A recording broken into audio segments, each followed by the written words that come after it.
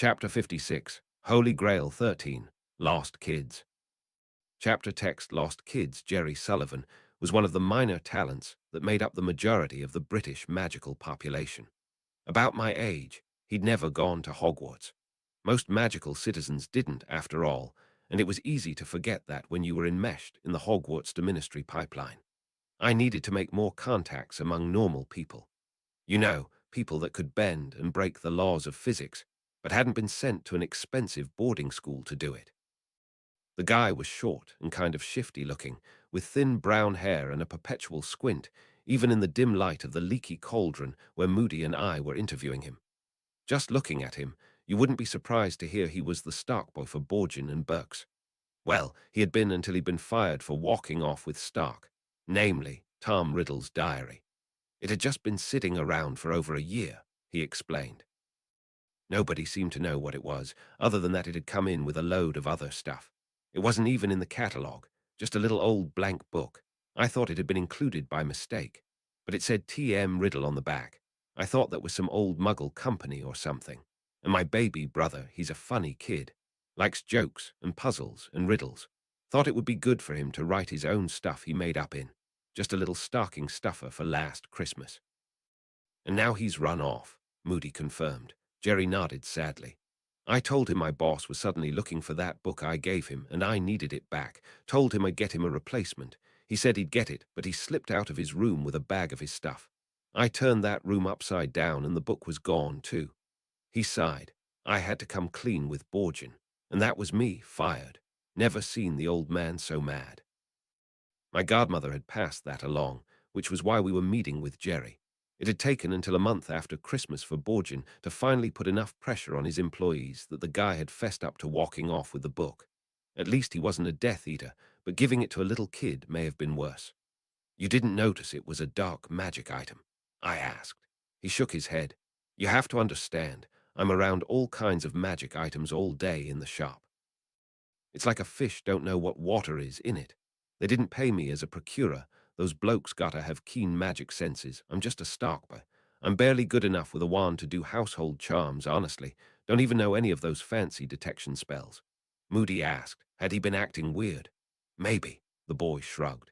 Little brothers, you know, they go through a bunch of phases.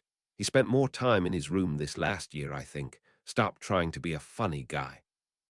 Which was why I didn't really even think about the book, thought he didn't care about it anymore. He was talking a lot about getting good enough at magic that he'd get to go to Hogwarts.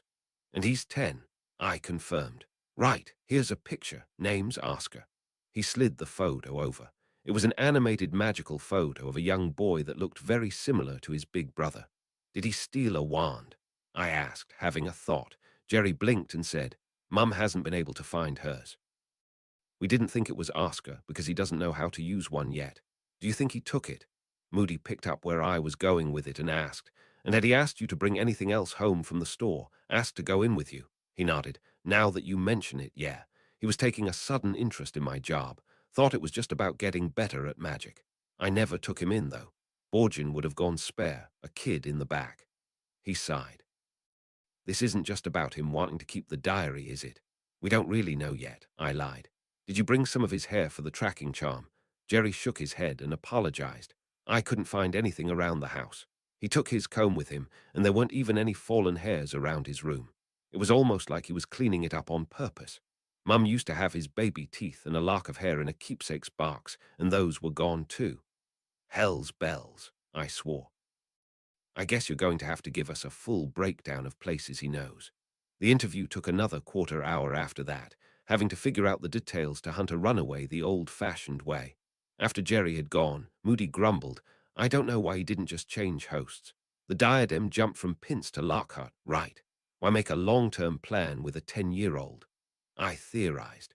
Maybe this one takes longer to possess people and can't just jump. It's a book, so it can't clamp directly to your head like the diadem could, and it was probably the first one he made, so it might not be as sophisticated as the later ones. Good a theory as any for now, my boss allowed. Let's hit the bricks, canvass the alley, and then start figuring where else he might have gone. I nodded, and we paid our tab, then headed into Diagon Alley. After a couple hours of asking questions and nobody having seen the kid, I suggested, 10-year-old who's grown up purely on the wizarding side, plus a soul shard whose information is 50 years out of date. If he didn't stay in the alley, he probably doesn't have a good idea of all the modern places to hide. Only places young Tom Riddle would remember, Moody agreed. But Riddle was smart. Lots of places in London for a little boy to hide, especially if he can cast spells with that wand. Shouldn't he have the trace? I argued. Fair point. Unless the possession overrides that, he'd have to be careful what he used magic for. I worked it out as I talked, and Riddle's never been adventurous. He kept the locket in a cave he found when he was a kid. He was probably keeping the ring in that old gaunt shack. We had been tracking down places Dumbledore had identified as significant to Tom Riddle, hoping to find any other Horcrux hiding places or Death Eater safe houses, and had found his mother's family home already looted of an object that had been hidden beneath the floorboards. I know we cleared the orphanage, but it's nearby and a place that a child might think to hide while he planned his next move, especially if he didn't realize it had already been torn down. Good thinking, Dresden. Doesn't hurt to check it first. The former site of Wool's orphanage was in the Vauxhall neighbourhood, a gentrifying part of London across the Thames. It had been demolished in the 80s to build an office building. Though it wasn't exactly close to Diagon Alley, it was a simple enough bus ride away that a child possessed by an evil 1940s teenager could figure out how to get there. On a Monday afternoon in late January, the streets were busy with cars, but not too many people were on the sidewalks. That would change once the businesses let out for the day. Over a month past the solstice, and not in the cramped confines of Nocturne Alley, we at least had until quitting time before it got dark. "Have you seen this boy? He's a runaway," I asked the downstairs receptionist at the office building that had been the orphanage, showing her the photo. Moody had fortunately known a charm to temporarily freeze magical photographs so they looked like still pictures, or just asking the question would have been a statute of secrecy violation. We'd switched back to our muggle suits for the investigation, but I thought I could get away with my duster in the weather, so was feeling fairly safely armored. I still couldn't figure out how to carry my staff in public. "Weren't you two here a couple months ago asking to search the basement?" she asked. She was middle-aged and pleasant, not quite grandmotherly. The building clearly didn't spring for a heating system that could handle people coming in and out of the lobby all day, so she was bundled up in a striped sweater. I gave her a smile and kind of lied. "Related case. There are a lot of skeletons in the closet in that old orphanage this place is built on top of." "Oh, this might be the boy Charles mentioned. He's the security guard. Said a kid came in a couple of days ago asking about what happened to the orphanage. He should be swinging back through on his rounds in a minute, if you want to ask him." It was closer to 10 minutes that we waited on the couch in the lobby before the elderly man in a suit cheaper than ours wandered in. He had a radio and ring of keys on his belt. The receptionist directed him over to us. "Mary says you're looking for the boy from the other day," he drawled. "Could be, sir." I showed him the photo. "That's the kid, all right," Charles acknowledged. "Dressed weird. Don't get many kids here." He asked me about what happened to the old orphanage. I thought maybe he had a parent that had been an orphan here or something. Weirdest thing was, when I told him it was gone, he had to borrow a pen and go sit and write in a little black book for a while. Seemed like he was working out what he wanted to do next, because he asked if he could keep the pen and then walked out. "Did you see which way the boy went?" Moody asked. "Maybe into the park," Charles guessed. He was heading in the right direction, I remembering worrying because there's a lot of homeless and worse sorts that spend time there during the week. "Hope you find the poor lad." "Thanks, Charles," I told him as we headed out to check out this park. The small park he directed us to down the street was only a couple hundred yards on a side. As we walked, Moody observed, "He's writing in the book." Maybe it's talking to him that way, rather than fully possessing him. Lot easier to catch a scared kid with a talking book than a grown man driving his body. "Makes sense," I agreed. We passed a church on the way toward it, and I asked, "Think he might have tried to go in the church?" "Tom, maybe. Probably wouldn't occur to the kid, though. Raised in Diagon Alley, he may not even know about sanctuary or think of it as a safe space. Let's show his picture around the park." As promised, in the fading daylight, there were a handful of people loitering in the park that looked like they were living rough. Most of them didn't want to talk to us, assuming we were actual detectives, but finally we ran into an older woman in a military surplus coat with a battered rolling suitcase who asked, "What do you want him for?" "Runaway. Family's trying to get him back," Moody explained. She nodded, thought it might be something like that. Abuse. "I won't help send him back to a bad home life. I won't." "Misunderstanding," I tried. "He misunderstood something his brother told him. We think he panicked. Kids, you know. We're just hoping he didn't freeze to death before he figured out it was safe to go home." "He almost did," she relented. "Told the boy it wasn't safe to stay out here after dark, and he should go with me to St. Mungo's." "The hospital?" I asked, confused. "No, he said the same thing when we got there." She squinted at me. "Never heard of no hospital named that. It's the charity that has hostels for those without homes. Took him to the one right over there. I was near to heading over myself, since it's getting dark, so I can show you." Surprised that the secret magical hospital was named the same as a local homeless shelter, we agreed and followed her a few blocks, her rolling suitcase bouncing along the pavement, making an odd rhythm with one bad wheel. Did he stick around? I don't know. Didn't stay there last night myself. Strange boy thought he might be a little touched, kept writing in a little book before he'd answer questions. Hope he gets the care he needs. She led us to a tall, narrow red brick building across from a big bus depot and crushed between a row of large, multi-use apartment-style complexes. 3 beds for tonight. The young man working the door asked us. "New friends, Liz?" "Just the one for me, Roy," our guide informed him. "They're detectives trying to take Oscar home." He filled out a form with Liz's information, seeming to know it by heart, and told her, "You can go on in, I'll talk to them." After she'd headed in, he explained to us, "I called the metro, but they said that he wasn't reported missing. By the time they checked in, he'd left already." "We're private detectives," Moody explained. "The family's trying to keep it quiet. Boy's troubled." Roy nodded. "I can believe it. He was here for less than 24 hours and stuff started to go missing. I think he skipped out before we searched his bag for it." "What kind of stuff?" I asked, pad out and taking notes. "Loose change and pound notes," he told us. "Which is saying something, because folks here keep what little money they have secreted away. We think he got into the kitchen, but he raided the spice rack, if you can believe it. We'd expect taking extra food, but that was strange. A few old fixtures were ripped out. Figured he was trying to steal the copper to sell it." "Any spices in particular?" I asked, having a hunch. "I can ask the kitchen staff. Is it important?" Moody nodded, like we said, troubled. After Roy had left us in the anteroom to go ask for specifics, he told me, "Not sure what kind of rituals you can do with copper wire and dried herbs. If there are any, Tom Riddle would know," I mused. "We can ask Bob once we know the list."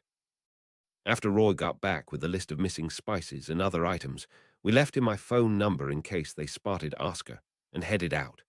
We grabbed some takeaway and apparated back to my house to consult Bob. Penny and Percy were working late, so we could just set up in the kitchen.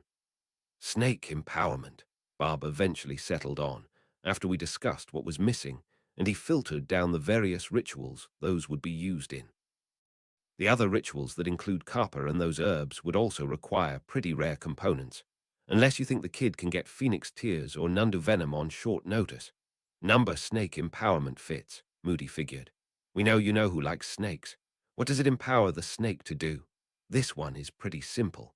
Makes it a little smarter and tougher, Bob explained. Nothing like the basilisk or horcrux snake Harry told me about. Might be the only ritual young Tom knew about, or at least that he could do with Oscar and mundane components, I figured. So we have to assume the kid will have a snake protector, Moody shrugged. Probably a big help for a kid on his own, but not exactly the serious dark magic I was worried about. We mulled that over while we finished our meals, but then I was struck by a thought. "Hey, Bob, would a magical snake be necessary in a ritual to re-embody a dark spirit?" Bob's eye flames twinkled in agreement, and he said, "Could be. Big symbols of rebirth snakes." I sighed. He's had one at both of the previous attempts, the basilisk the first time and Nagini the second. I thought about it a second more and realized, and I'm pretty sure Justin used one when he tried to summon the spectre to possess me. It hadn't stood out in all the other dark ritual trappings, and because I was scared out of my mind, it probably burned in the fire. That's definitely worse than just a protector. If making the snake is just step one to fully possessing the kid, Moody worked out. How long would he have to wait to do a possession or rebirth ritual? I asked Bob. Bulk is in a couple of days. Not really the appropriate resonance, Bob disagreed. But tonight's a new moon, and it's basically the end of the month of Janus. Plenty of correspondences for change and rebirth tonight, especially if it's had months to bond with the kid. Solar midnight would be the best time. Moody growled. Then we have about 6 hours to find the kid before it's a fully functional teen Dark Lord we're dealing with instead. Snake House, Reptile House, 1927, I read out loud the blazon on the classy brick building in front of us. Moody admitted, "Fine, you were right. Young Tom Riddle could have been aware of this as an option." We'd wasted a couple of hours tracking down pet stores in Vauxhall for snakes before Moody had finally consented to breaking into the London Zoo. It had been super easy, with magic to hex out the cameras and unlocking charms. We were still worried about security guards at this point, which was why my boss had hoped Oscar would just be holed up in a pet store. "Aloha, Mora," I tried, putting my skeleton key unlocking charm against the building's lock. It clicked, but the door still wouldn't budge. Jammed shut. Moody focused his magic eye for a moment and said, "Barricaded shut from inside." At least he's still worried about the trace, or he'd have used a locking charm instead. Guess that answers the question of whether he just grabbed a snake last night and moved on. I shook my head. Tom Riddle wasn't going to pass up the chance to do a ritual in a dark room surrounded by snakes. "Now where's our backup?" Moody growled, not liking being in the dark in a restricted space. He might also be worried he was going to be attacked by a possessed lion or something. We waited for a few minutes on the dimly lit footpath through the zoo before a silvery wolf, Tonk's patroness, bounded up to us and said in her voice, "Death Eater attacks all over the island. May be a while before anyone can get to you." I wondered, coincidence, or did he have some way to tell the troops to cause a distraction? Moody shrugged. Could be either. There have been a fair number of attacks that haven't been serious enough to make the papers. Fudge has been keeping it quiet. Maybe the minions just had the same idea that this was a nice night for dark magic. "We've still got an hour until midnight," I said. "Want to wait or go in?" He clenched his jaw, considering, then admitted, "Bigger risk of more issues if we wait, and no guarantee of backup. Tell the order we're going in case we die. But don't die." "Right." "Fall back if he's got an army in there. Snakes or otherwise," I agreed. "Expecto Nuntius, tell Tonks, we're going into the reptile house. Avenge us if we don't check in after midnight." I sent Mouse, my own large dog patroness, off to confirm. "We really need to get your patroness corporeal, boss." He shrugged. He was still having trouble getting a powerful enough good memory for the charm, even with the realization that it was about protection rather than joy. I privately suspected that he'd had to kill with magic during the wars and might have a harder time than most in channeling soulfire. He ordered, "I'll get the door open and watch our backs. You go make a mess of the ritual. Try not to cause so much collateral damage we're drowning in alligators." "Yes, sir," I agreed, realizing he made a fair point. He managed to fairly quietly use severing charms fired around the edges of the doors to break up the barricade. It helped that he could use the magic eye to see what he was shooting at. After that, I was able to shoulder the doors open, janitorial supplies clattering to the floor from where they'd been wedged into place. The magic had hexed out whatever night lighting should have been on, but as my eyes adjusted, I was able to read the signs for the snake exhibits. I opted to avoid magic light, hoping to keep some element of surprise. Having an idea, and since the supply cart was right there, I stuck my staff in the rolling mop bucket and pushed it along, hoping I'd get a moment of being mistaken for the night janitor in the dark. I didn't get far into the snake corridor before I made out flickering candlelight around a corner. That minimal amount of light and my staff pushing a bucket ahead helped my footing, though I hoped I wasn't missing threats in the dark. It was creepy enough as it was. I almost felt like I could hear all the snakes in their large glass terrariums along the walls hissing along in a ritual chant. In the distance behind me, I could hear Moody trying not to make too much noise, his prosthetic foot stumping along. He didn't like trying to silence it with magic, since it was hard to do it without muting his own casting incantations, but he could move up pretty fast for a guy with a bad leg if he needed to. As I turned the corner, I could tell that Tom and Oscar had set up in a large gathering room at a bend in the corridor, with an immense sheet of glass protecting a gigantic terrarium. Well, there should have been a sheet of glass there.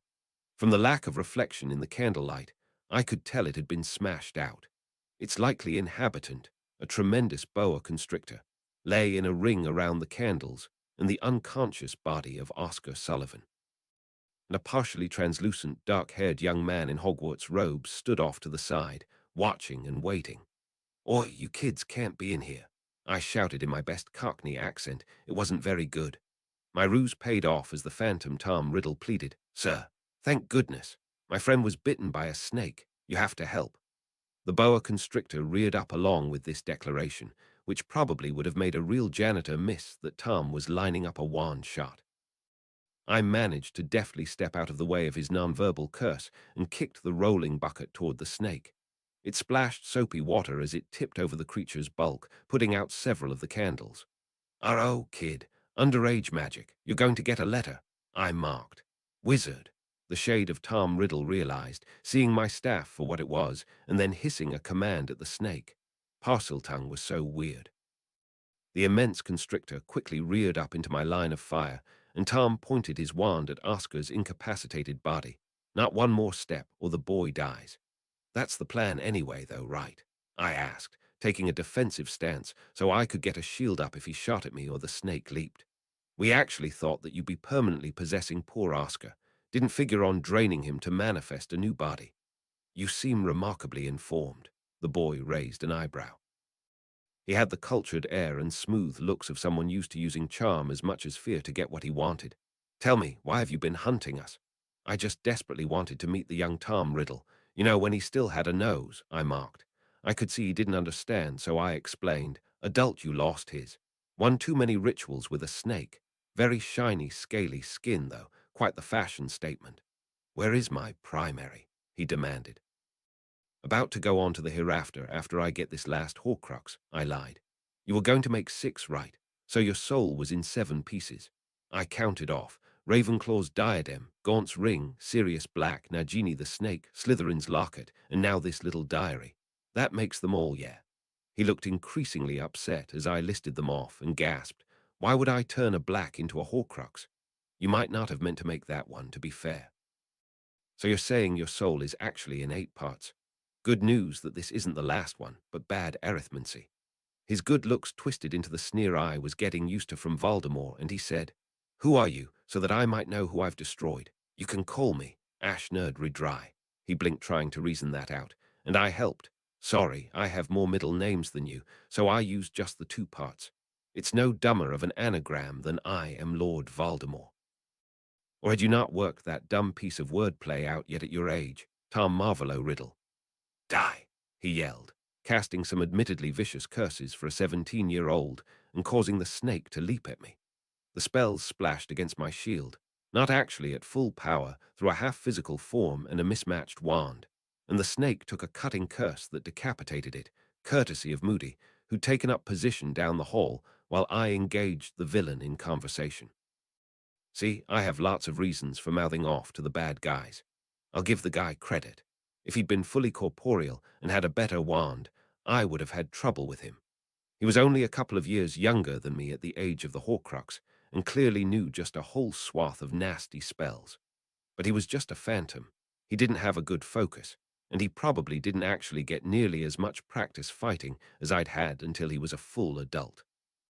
Also, dark wizards never seem to expect you to charge them and swing a 7-foot length of oak at their face. He flinched. The staff passed through his head but not through the wand, and the force of my strike disarmed him and sent Oscar's mother's wand bouncing off of the floor and splashing into the open snake habitat. "There's nothing you can do," he sneered as he dove through me and tried to find the wand in the tank. "The ritual is almost complete, and my Horcrux is indestructible. Didn't I mention I've already dealt with 5 of the stupid things?" I told him while I swapped my staff to my offhand and drew my unicorn horn focus. "Ah, there it is," I said, spotting the black journal above Oscar's head, where it had been hard to see from the other side of the room. It helped that I could see the faint tether of magic between Tom, the book, and the boy. He was turning with the waterlogged wand in hand when I pointed down and incanted Excorio. He quickly dropped the wand, what with screaming in pain and evaporating into black smoke as my exorcism charm stripped his soul from the diary. "Ha! That was easier to exorcise than the others," I told Moody as he stumped around the corner. And it was interesting how it screamed from outside the object, since he was manifested. Oh, Dumbledore will be happy. I basically got him to confirm he'd planned on 7 parts of his soul, so we can be pretty sure it's just that cup left. Good job, he agreed, lighting his wand so we could see by more than just the candlelight. Let's get this place cleaned up and the boy home. If we're lucky, nobody will even ask any questions. Well, except for the decapitated snake, I said, moving closer to the smashed exhibit and reading the plaque. Boa constrictor, Brazil. This specimen was bred in the zoo. I looked down at the poor snake, which had been used by a dark wizard and then summarily executed. Sorry, buddy. Some days I also feel like I was bred in a zoo. Like mess, I'd remembered to send Mathilda a message that I was okay via our rings shortly after the fight with young Tom Riddle, so I didn't wind up spending the weeks before the second task apologizing. I did spend it furiously preparing in my downtime. Not that I had a ton of that. The Death Eaters seemed to be using February as a good time to try to assert their relevance, and Dumbledore was paying us out of the Order funds to investigate where they might be hiding, while others guarded their preferred hit-and-run targets. Maybe the fairies succeeding in tearing down the veil and breaking apparition wouldn't be the worst thing. In theory, it would be a lot easier to track a dark wizard fleeing into the Never Never than just teleporting away somewhere within dozens or hundreds of miles in an instant. And maybe they'd get eaten by a monster on the other side, saving us all the difficulty. On the Friday of the second task, security was tight just in case Crouch was going to try something else again. The Order's auras were all in the crowd, and everyone, particularly the adults that had come from off campus, were expected to stand around, observed and not drinking anything, for long enough that polyjuice would wear off. This was standard procedure now at the ministry, and Percy and Penny were grumbling a bit about having to spend even more time at work because they couldn't actually start on anything significant in their department until they'd sat around for an hour in the morning doing paperwork. They couldn't even drink coffee. At least I got to wait in a tent set up on the shore of the school's lake, where it was slightly warm. I didn't envy all the students, teachers, and assorted other attendees bundled up on the bleachers waiting out the imposter clock. We'd had an easier time being cleared. No Death Eaters could mimic either Maeve or Fleur's auras, and I'd summoned my patroness as proof of identity. Instead, I got to spend my time checking my gear. Unlike the first task, the second allowed enchanted items, and I prepared something custom. Rather than trust my own warming and breathing charms in a pinch, I'd gotten a second-hand dry suit, transfigured it to actually fit my prodigious height, and worked in various enchantments to assist my swimming, keep me warm, deflect grasping hands and other spells, and constantly refresh a bubblehead charm while I was in the water. I had even cleared it with Arthur Weasley to make sure someone petty wouldn't try to slap me with a misuse of Muggle artifacts violation for enchanting a neon orange rubber onesie. The enchantments weren't my best work, but they'd hopefully last well through the hour-long task. I was relying a lot on it because I wasn't taking most of the rest of my gear. I didn't even want to think about what would happen to my utility belt if it was submerged for an hour. At the very least, it would take forever to get the water out of the pockets. I'd made something similar in a vest for Mathilda to wear, and hopefully they hadn't stripped her of her items when they'd taken her hostage. I talked to Dumbledore about it, and he'd strongly implied that I was right, but that she would be fine, even if I failed to find her within the hour. I channeled some power into my shield bracelet and felt an answering pull from hers in the direction of the middle of the lake and down, so I was optimistic she'd kept her stuff. On my advice, Fleur had made something similar to my suit, though it was bespoke from bleached and waxed wool and looked way better on her than I'm sure mine looked on me. She nervously fidgeted with optimizing the bun she put her hair into while we waited. Maeve looked perfectly comfortable in an itty-bitty blue bikini, her dreadlocks pulled back in a ponytail, while she lounged on the other side of the tent, twirling her wand from hand to hand. I wasn't surprised that she didn't actually have any tattoos, since pretty much any actual punk that talked to her for 5 minutes and managed to fight off her aura would immediately label her a total poser. She was every inch the disaffected rich kid who would someday shed the countercultural rebellion to take over the family business. "You're really not selling the charade, Maeve," I told her, referring to her obvious immunity to the cold. She shrugged. "It matters less and less the closer we get. And it's not like I have to perform for the crowd today. Just hundreds of idiots watching the surface of a lake for an hour. I don't even know why they came." Heh. "About that," I told her, timing it perfectly for the whistle that called us out of the tent. Bagman, seeming to be fully recovered from his night stunned and trapped in his closet while Crouch replaced him, used a voice-amplifying charm to tell the shivering crowd. "And here they are, wizards and witches, our three champions. Don't they look sleek in their swimming costumes?" If they've interpreted their clues correctly, they know that they have an hour to descend to the merfolk village and rescue a hostage we've taken from each of them. But fear not. We won't just be idle out here, waiting to see if they come back. "Release the omnioculars if you would, please, Albus." Dumbledore smiled and opened a box he brought to the podium, and three brass contraptions vaguely recognizable as binoculars leaped free and raced to float behind us, each one tracking a single champion. Three white sheets were unrolled like movie screens across from the judges, and the feeds from the magical cameras appeared on them, giving me a lovely look at my own back. The day was cloudy, so the projected images were pretty easy to see even competing with the daylight. I gave Dumbledore a thumbs up. It had been my idea to keep Maeve from trying to assassinate her fellow champions in what would probably be the event where she was most powerful. I'd worked out the protean charms to bind the feed from omnioculars to a magic mirror, and the headmaster had figured out how to project the image to the large screens and also to basically charm the cameras like bludgers to chase us. Hopefully, they weren't too much like bludgers. I didn't like the idea of getting smacked in the back of the head. I was also hoping that if this held up, I might actually get some income from inventing live television for wizards. I doubted it. The charms weren't really that hard, and if people liked the idea, they'd just steal it. Not that I could throw stones, since a lot of my income came from selling Severus Snape's potions notes. Bagman continued. "As you can see, these enchanted omnioculars should allow us to track the progress of the champions over the course of the task. Well, that's enough explanation. You have precisely an hour to recover your hostage. On the count of 3, then. 1, 2, 3. He blew his whistle. Maeve shot me an annoyed look as the omnioculars followed her. It was probably pretty obvious I'd been responsible, and the three of us ran down the beach and into the water in different spots.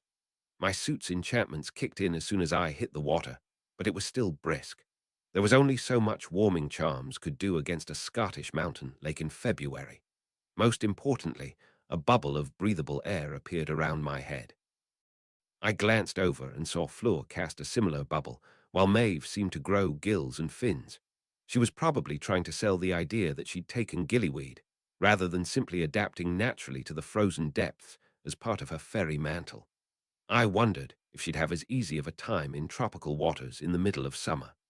I also noticed Maeve pretend to cast a spell with her wand, and then a watery horse swam up toward her from the depths.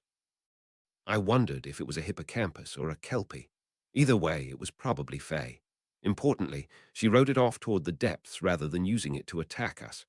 I glanced to make sure that Fleur was doing okay, then wrapped a leg around my staff and incanted, Depulso, banishing myself off of the water. Hey, it was stupid, but I didn't know a better charm for moving around in water, and I'd gotten pretty good at shoving myself off of things.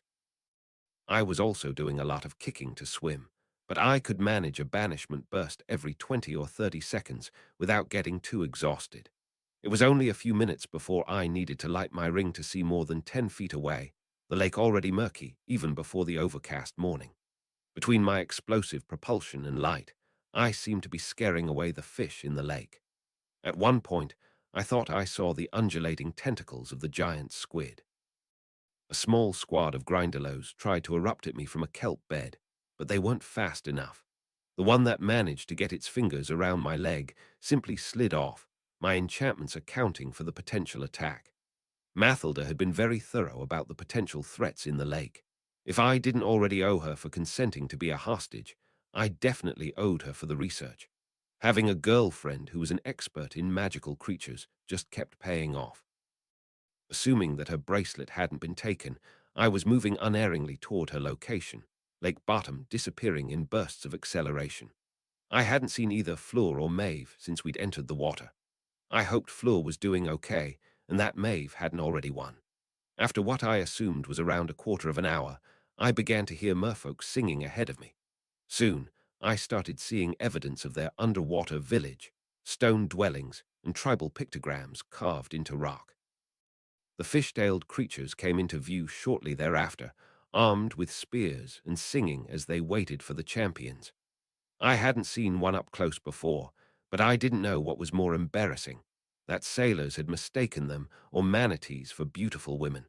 Compared to the small, swimming troglodytes that were the merfolk, I'd probably take the manatee. As my connection to Mathilda led me into the center of the merfolk village, I was glad that Bob's intel was also correct. The farmer-allied people of the deeps did not seem to like she. 24 of the little sharp-toothed maniacs were using pack tactics to try to drive off Maeve, and they had their own water-based magics that were keeping her from simply locking them up in ice. Or maybe she was having to limit herself for the cameras. Either way, she had been held off from winning, and I could see poles with the hostages up ahead. They seemed to be in some kind of suspended animation, since I was going to give Dumbledore the benefit of the doubt that he hadn't simply killed them. Still, it hurt to spy Mathilda basically lifeless and tied to a pole, like she'd been thrown into the lake with a pair of cement shoes. That sight would probably haunt my nightmares for a while. I spotted Bill's red hair to one side of her and was slightly surprised that Damien Paris, Maeve's date for the Yule Ball, had consented to show up to campus and be her date. He was probably going to regret it when he realized she wasn't a Malfoy heiress and didn't actually care about him at all. Maybe it was because they were expending all their effort fighting Maeve, or maybe they weren't supposed to actually go to war with the champions, but nobody stopped me swimming up to Mathilda. A focusless severing charm was all it took to free her from the ropes binding her. I could see that she was wearing her vest, also high visibility orange, under her robes, so hit her with a reviving charm. Seeing her wake up and the bubblehead charm kick in eased a lot of fears I hadn't even realized I had. She grinned and gave me a thumbs up and wrapped her arms around my waist, ready to make a break for the surface. I thought I could make out Fleur's lighted wand in the distance, so figured Bill would be okay. With another banishing charm and a saucy wave to Maeve, we were off. In a minute, we were out of sight of the merfolk, which, of course, was when Maeve's ambush kicked in. From out of the darkness of the lake boiled a veritable army of nixies. The water sprites were each approximately the size of a pixie, but maneuvered in the lake as fast as Air Fae did in the sky. Behind them, at the edge of the light from my ring, I could see a beautiful woman with green hair, seemingly clothed in seaweed. She gave me a toothy grin, showing that her teeth were as green as her hair. Right, I'd been having it too easy, and we'd planned for this kind of attack. I was surprised Maeve was risking it with the cameras. Maybe she hadn't had a chance to call off her allies. We were never going to outmaneuver the water sprites in the lake, but I could at least keep them from surrounding us. They'd probably expected me to be carrying Mathilda as dead weight, making a break for the surface, but we had the option to go back down, and using exploding charms to travel was only slightly less efficient than banishing charms. I launched a powerful blast back in the direction of our pursuers. Cavitation is a hell of an attack, just ask the mantis shrimp. While the majority of the nixies were being flung about by the explosive turbulence behind us, Mathilda was hanging onto me with her offhand and conjuring obstructions with her wand. She'd been practicing and could get a pretty decent fishing net as a variation of the rope-binding charm. It was effective even in the air against people that didn't expect it, and was very useful at tangling up attacking sprites.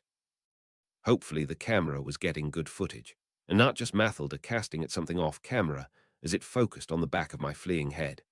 I figured it definitely got the scary lady with the green teeth who had hooked around and was trying to intercept me from the front, wicked-looking whalebone daggers in her hands.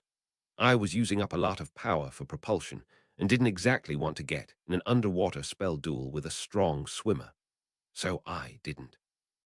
With her moving to intercept me and the Nixies tangled up behind us, we had a clear path to the surface. I just incanted, Ascendio, and we started to race upwards. Ultimately, it was weird that motion magic made it a lot easier to go up than any other direction. We came out about 100 yards from the shore and didn't really want to worry about an attack from beneath. "Can you conjure a boat?" I asked Mathilda. "On it," she agreed, though only managed basically a thick plank. It floated and would shield us from underwater attacks, so it would do. I thought I saw a frustrated face, surrounded by green hair, break the surface behind us as we powerboated our way across the lake to the waiting judging stands. The whole thing only took about 3/4 of an hour, so we had plenty of time to dry off and warm up in the tent while we waited for Fleur and Maeve, with a brief check by Madame Pomfrey to make sure we were okay. After the exam, I hugged Mathilda and told her, "Never again. You shouldn't have had to be a hostage, and I didn't like seeing it. It was almost as bad as you trapped in that cage." "Yeah," she sighed. "Let's just stop getting captured, okay?" "Deal," I agreed, worried that it was a promise we wouldn't be able to keep. Ultimately, both Fleur and Maeve returned with their hostages in the time allowed, and it came back down to politics. The scores were pretty similar, with Maeve eking out a slight advantage over Fleur due to the harder fight she'd obviously experienced. Bagman managed to justify dinging my score due to Mathilda helping out in the escape, though nobody commented on the pixies and water nymph that shouldn't have been in the lake that required her help. Bagman summed up for the crowd. "So for our final task on the 24th of June, Harry Dresden will be in first place, with Maeve Malfoy in second, followed closely by Fleur de Lacre. It's still anyone's to win, folks. Thank you all for your support of the champions." Chapter 57, Holy Grail 14, Ladies' Night. Chapter text joke shop. "You know how we always go to Zonko's?" George asked, without preamble, sliding into the booth I was sharing with Mathilda on the March Hogsmeade weekend. I guessed it was my own fault for not taking her off campus again. This was not the first interruption we'd faced in the half hour we'd been in the Three Broomsticks. It seemed like being the way out front champion was a big deal. One kid had wanted an autograph. "Not just to buy product, but to research our eventual competition," Fred explained, sliding in on the other side, the two of them now bracketing both me and my girlfriend. "That's the joke shop, right?" I asked, wondering where this was going. "I've kind of been wondering how they stay in business, since I'm pretty sure you two are their only customers." "We're just the most conspicuous consumers," George waved that idea off. "Plenty of business in the jokes and pranks trade." "Everyone loves a laugh," Fred continued, "except the new management. Dour folks seem to think like you did, don't seem to want to sell anything. Keep hustling us out as fast as possible." I held up a hand and said, "You're clearly very upset, and it's easier to follow the patter when I'm not having to turn my head to look back and forth across a table. So you're saying Zonko's is under new management, and the new management doesn't like you? Is it possible they know you're trying to start your own shop and think this is corporate espionage?" Mathilda suggested. "Could also be money laundering. You'd spend all day in there. Prime position to prove they didn't sell as much as they said they did." I boggled at my girlfriend. "I'm only vaguely aware of what money laundering is. I didn't realize it would be a big deal in wizarding shops. Does the ministry even care that you have illegal cash?" "The goblins do," she shrugged. "Edith is fastidious about it. We have the money from the mainland preserves to account for." "Oh, right, sister's an accountant," I confirmed. I turned back to the twins. "So money laundering or corporate espionage. Either of those makes sense." "Nope," George shook his head. "Definitely Death Eaters," agreed Fred. "Setting up in a joke shop," I raised an eyebrow. "It's the perfect location," George agreed.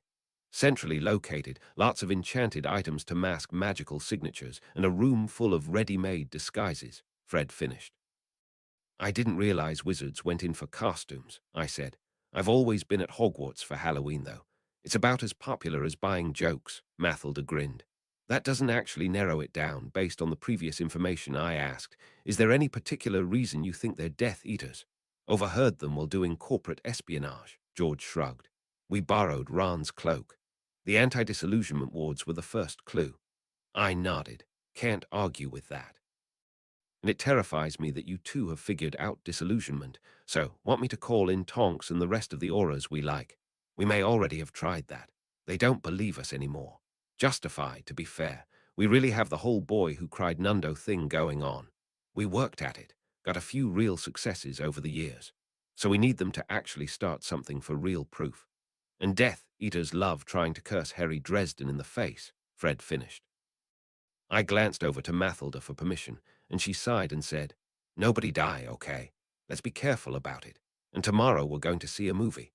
"Shawshank Redemption is supposed to be good," I confirmed. We followed the twins out of the inn and down the main street through Hogsmeade, passing excited students going about their shopping trips. Less than you'd expect of the town's yearly income came from the 3 school weekends, according to Ms. Dervish, my former employer at the magic item shop. While the children's pocket money was appreciated, it wasn't enough to run an economy. Most of the real spenders actively avoided the town when it would be swarming with teenagers. But I still had no idea who was keeping a joke shop in business other than students. And I couldn't even remember anyone but the twins ever using any joke products. "You two again," grumbled the man behind the counter as we entered, a middle-aged wizard with a round face, short, dark hair, and thick stubble. He did not look like he was having a good time running a joke shop. "We brought friends," George insisted. "They've never been in here before and have money," Fred finished. "We did fight a bunch of wargs right outside," I added. "And we definitely have money," Mathilda concluded. "Fine, what are you looking for?" the clerk grumbled. "Well," I began, "my father was a stage magician. You know, muggle magic tricks. Do you have any sleight-of-hand type stuff? You know, nothing up your sleeves." I shoved up my own sleeves to reveal my forearms, bare except for my shield bracelet. He squinted at me and yelled into the back, "Hey, Gibbon, we got any muggle magic tricks? Why in Merlin's name would we carry that trash, Jugson?" Another man's voice came from the back. I recognized the names from one of the Order's lists of potential Death Eaters that had never been captured or prosecuted. "Guess you're out of luck.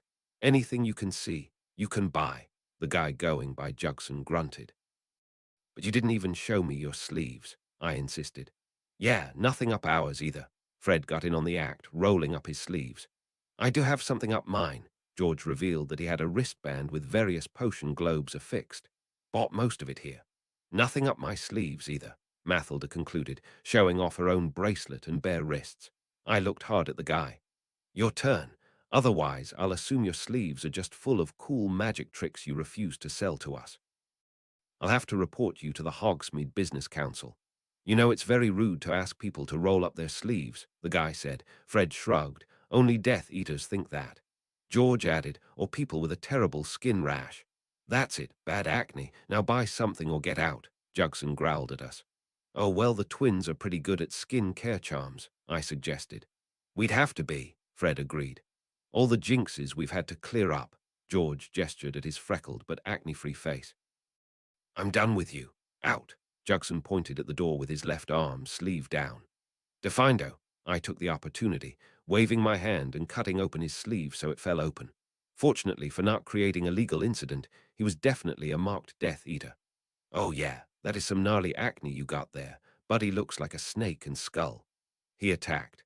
Turns out a small retail space full of enchanted prank items was not the best place in the world to start a magical firefight.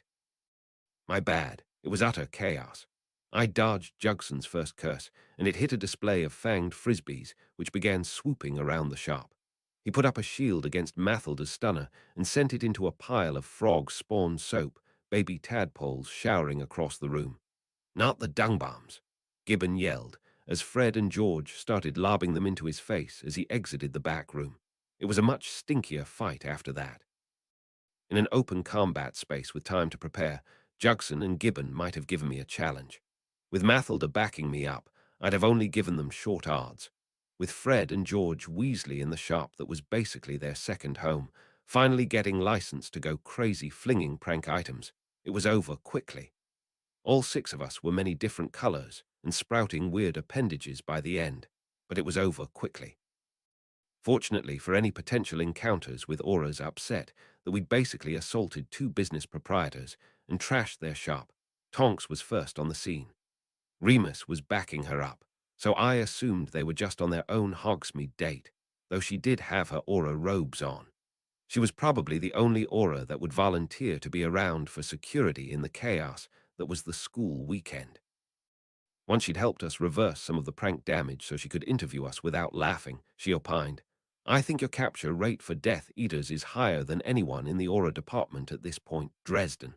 "We helped," Fred insisted, hair currently a rainbow pattern. "Finders keepers." George tried, stroking the luxurious mustache that had grown out of his face. "But seriously," Fred continued, "do you think they'd sell us this place on the cheap?"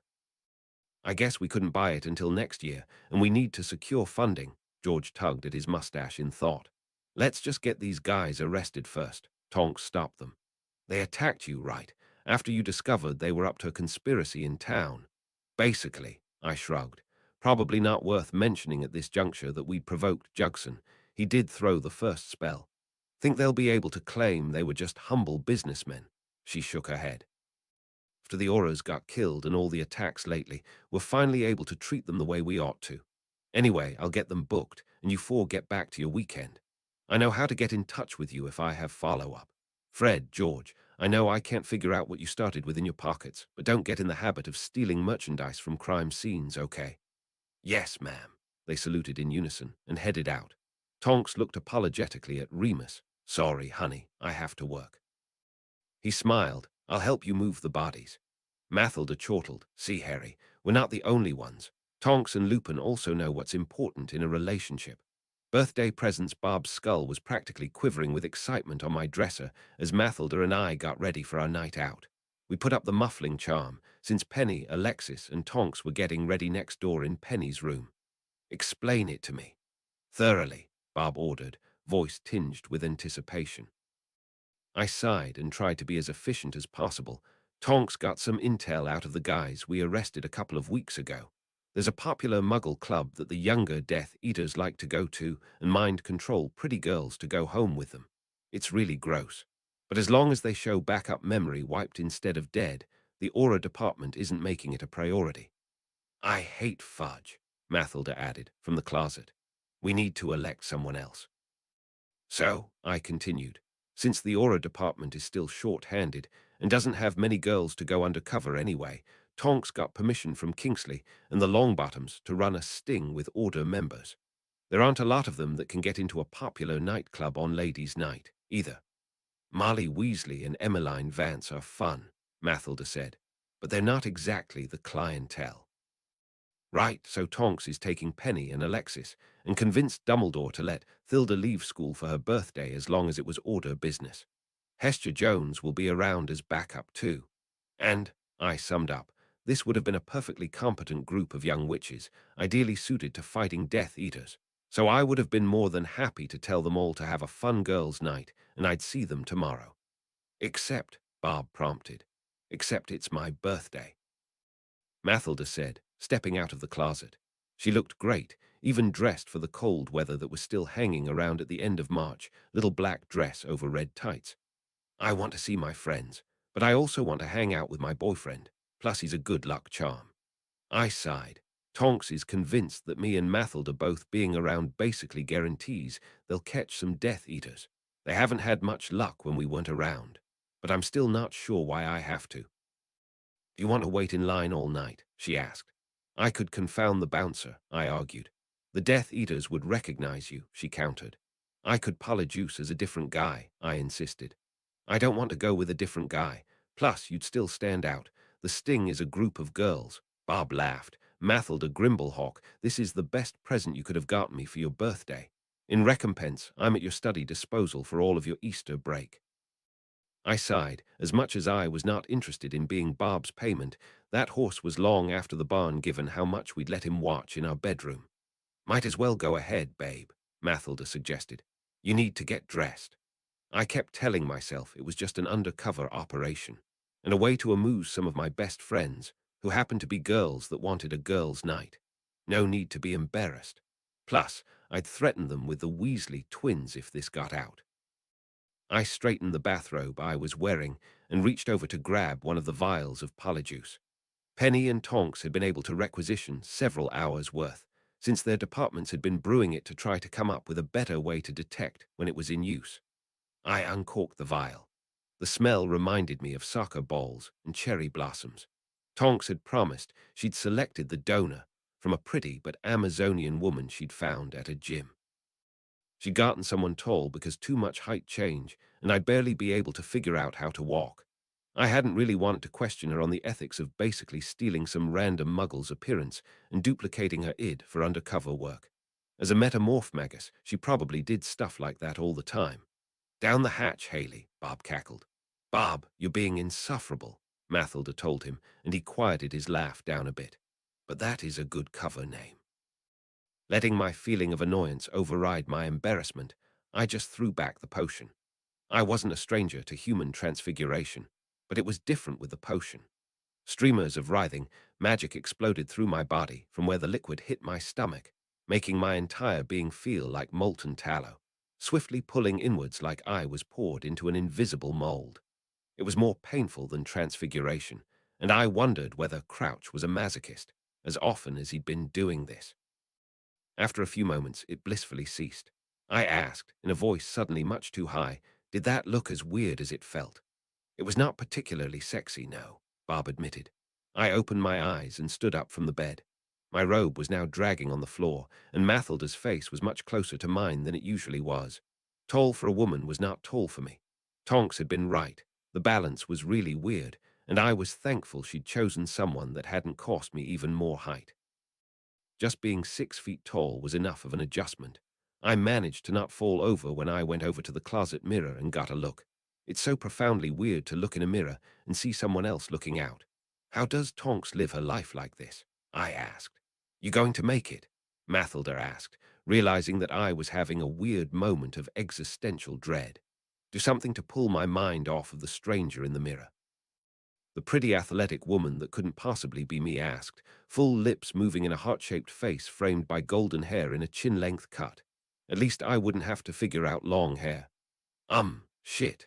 Mathilda struggled to find an idea, walking up behind me in the mirror.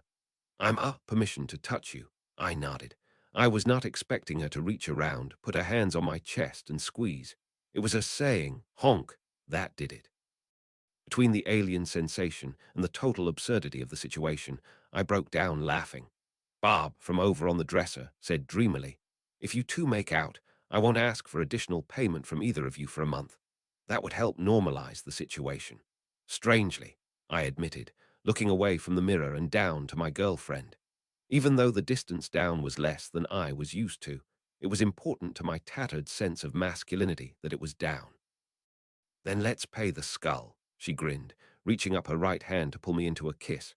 Her left hand was still on my chest. There was a whole lot, physiologically, going on that was brand new to me. If nothing else, this whole thing might give me some useful pointers about women's bodies for later. Every moment, a new bit of justification to get me through this night. And if the two of you come back here later and there's still time left on the transfiguration, Bob implied. Mathilda broke the kiss and told both Bob and me, sorry, I think I'm totally het. That was weird. I don't think I'll ask for this again.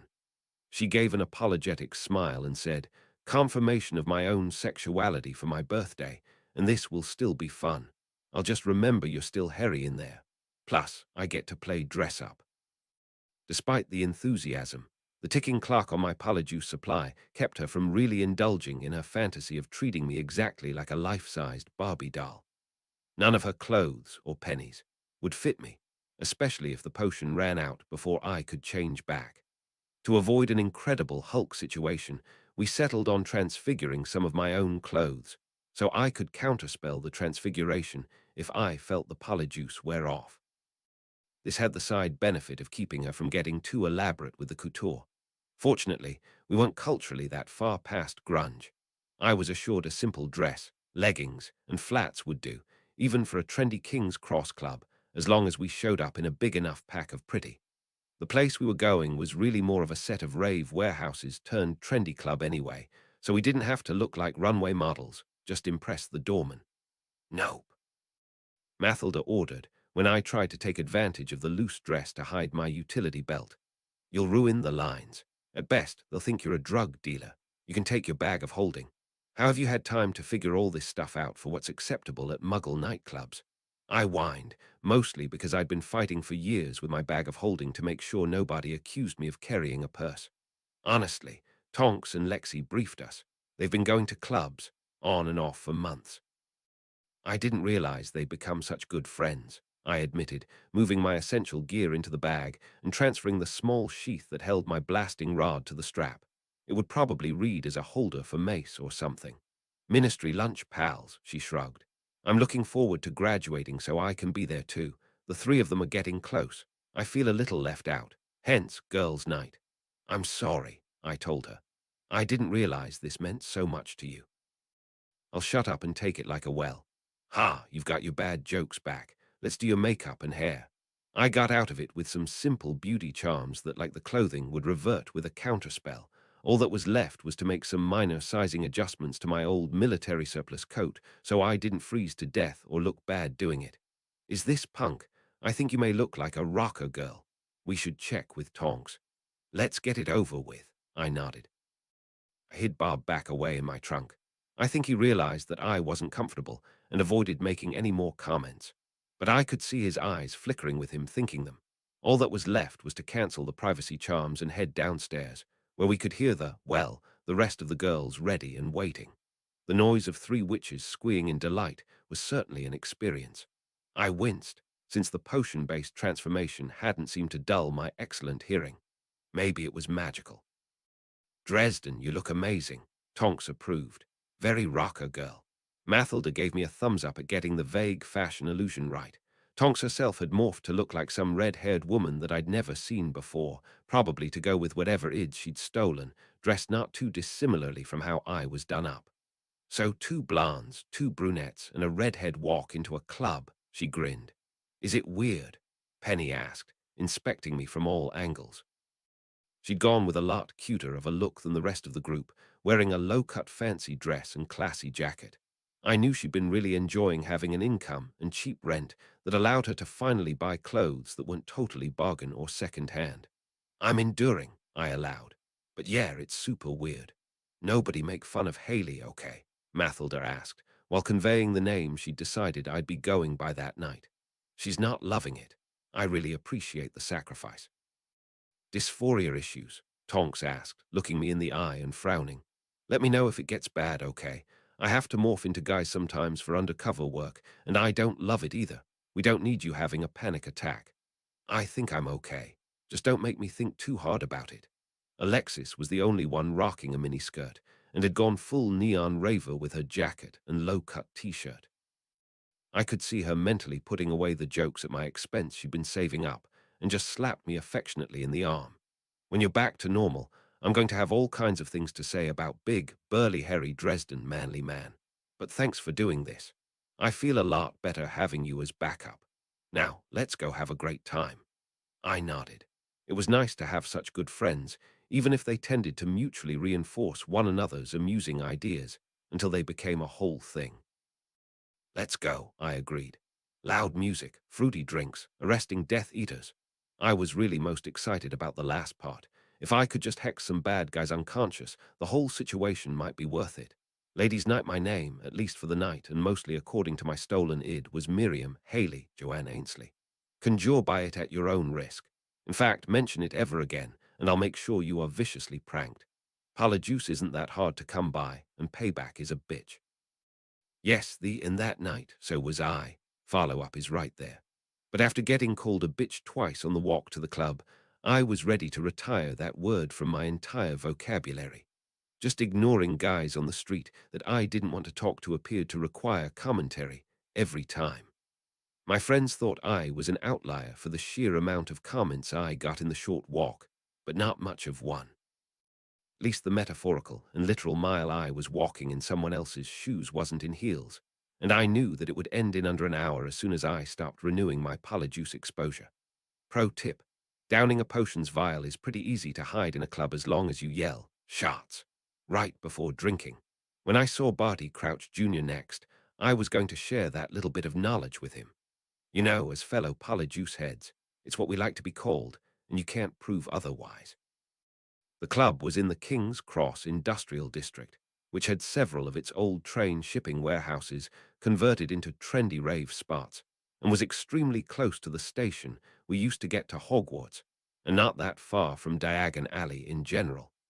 It was probably why it was being targeted by Death Eaters, who would need a native guide to find anything outside of central London. On a Saturday night, you could hear the music echoing across the train yards, and it didn't take long to spot the long line of mostly guys queued up around the nondescript building to show us where we were going. Mathilda had been right. I wouldn't have wanted to wait in that line. We walked right past, got leered at politely by the doorman, and were let right in. Inside, it was intense. I wasn't really a clubs of any kind person, not that I'd exactly had the time to go clubbing since I'd been old enough and stopped having my life controlled for me. I'd also never really been able to develop a musical taste, since any stereo I could possibly own would be destroyed by my magic in short order. If pressed, I'd probably say that I liked rock music, but most of my formative musical experiences had been soundtracks to movies I'd seen in the theater. I could probably find some fun in going to a really divey bar and having a beer while listening to a live act. Pulse-pounding dance music in a large open warehouse with a strobing light show was not that, my poor sensitive ears. Let's claim a table to use as a base, Tonks ordered. Then dancing and drinks, Alexis yelled. I'm so glad you're all here. This is going to be fun. I hadn't really expected straight-laced prefect Alexis Marie, who wore khakis and organized international wizarding events, to dive fully into being a club girl. It was interesting the sides of people you didn't get to see when you mostly experienced them at school and work. We managed to find a table and made passing contact with Hester Jones on the way. She was going to stay away from us, but keep an eye on our group, in case we got blindsided. She looked like she was enjoying herself, just being there solo, but I was a bit sad not to get more time to get to know another Order member. Still, the dynamic was weird enough without adding someone else that nobody was very familiar with. The dancing was fun, if odd. Beyond the difficulties of hitting the dance floor in a new body, I was about on top of ballroom styles, but had to follow Mathilda's lead for this kind of thing. And I was pretty sure she was just watching everyone else and trying to figure it out on the fly. Honestly, by about song 3, the alienness of the situation was actually improving my comfort level. Being stuck in someone else's body in your own home enforced the disconnect, but this was so abnormal that a few more levels of strangeness didn't even factor in. If I could play first-person role-playing video games without blowing up the computer, I imagined the experience would be similar. Just inhabit a different person in a novel situation for an evening. If I'd been drinking, that might have helped as well. We certainly had the opportunity, all the beverages that were being sent to our table by guys trying to start a conversation. But even if I wasn't trying to keep a level head in case the bad guys showed up, I'd done pretty well in potions class and knew that mixing alcohol with just about any potion, especially one as invasive as polyjuice, wasn't recommended. Tonks was also moderating. Penny, Mathilda, and especially Alexis were not. They'd all done so well watching themselves at the World Cup after parties, but some combination of the strange environment, freedom from anyone they knew, and probably freedom from the judging eyes of their boyfriends made them less inhibited. Well, there was one judging pair of boyfriend eyes, but since they were in a totally different face, they didn't seem to count. In particular, the drunker everyone got, the harder time they seemed to have really remembering that I wasn't their new friend Haley. It made sense. Even sober, I kept having to remind myself that the petite redhead at our table was Nymphadora Tonks. People's willingness to trust their eyes was probably how Crouch had been so successful replacing Dawlish for months. So, fully one of the girls for the evening, I was getting an unvarnished view into personal lives and annoyances. I didn't need to know that Remus was a beast in the sack, which was a metaphor that I wasn't sure everyone got, since I didn't think that Alexis, at least, was briefed that he was a werewolf. I didn't need to know that Percy's love of expositing about Gaelic spelling was just part and parcel of being a cunning linguist. I really didn't need the graphic descriptions of exactly what Alexis and Oliver had gotten up to in the room of requirement, or Mathilda sharing our own, rated R at worst, sexcapades. Tonks appeared to be making notes, however, for the next time she could get on campus. They talked about other stuff, obviously. Most of it was complaining about work. But it was the digressions into girl talk about my guy friends that stuck in my brain and wouldn't come out without obliviation. I was honestly considering it. The most disorienting moments were when they totally forgot who I was enough to refer to Harry, using third-person pronouns. Mathilda's entire story about the fight in Zonkos was told that way, and she seemed slightly disoriented when I'd join in and add color commentary from my point of view, having been there. 2 more doses of polyjuice in and I was about done with being hit on. Only Alexis was single. Penny and Tonks would talk to guys to be polite, but were mostly interested in hanging out at the table and talking, at a very elevated volume to be heard over the music. And Mathilda and I were basically glued together. And yet, many dudes did not get the message. Half the ones who did made disparaging, dyke, comments unlike anything else the two of us had ever gotten out in public normally. So when I noticed that one of the guys that had talked Alexis into a dance had her cornered with a friend across the bar, I was probably feeling a little less polite than I'd be otherwise inclined to be. I'd figured out what her face looked like if she was happy to talk to someone, and she instead looked trapped, unable to figure out a polite way to escape the conversation. "I'll be right back," I told the others, weaving across the milling crowds around the dance floor. I'd mostly figured out the balance thing, and any remaining problems with my leg length and center of gravity would be easy to pass off as being drunk. I heard the taller of the two saying, "So you grew up in France, huh? I've been to Paris. Not as good club scene as Berlin, of course." "You okay, Lexi?" I asked, interrupting the guy before he could explain his techno-industrial bona fides. "Haley," Alexis said, "this is my friend. I need to go back to my other friends." "Come on, girl, stick around." "Well, hello, Wonder Woman." The shorter friend tried to badger Alexis before turning to look up at me. He was probably over a foot shorter than my normal height. "Baby, I would climb you like King Kong on the Empire State Building." "I think you may have missed the ending of that movie," I suggested. "Oh, look, it's the biplanes." When he drunkenly followed my gesture, I grabbed Alexis' hand with my other one and pulled her free of the corner.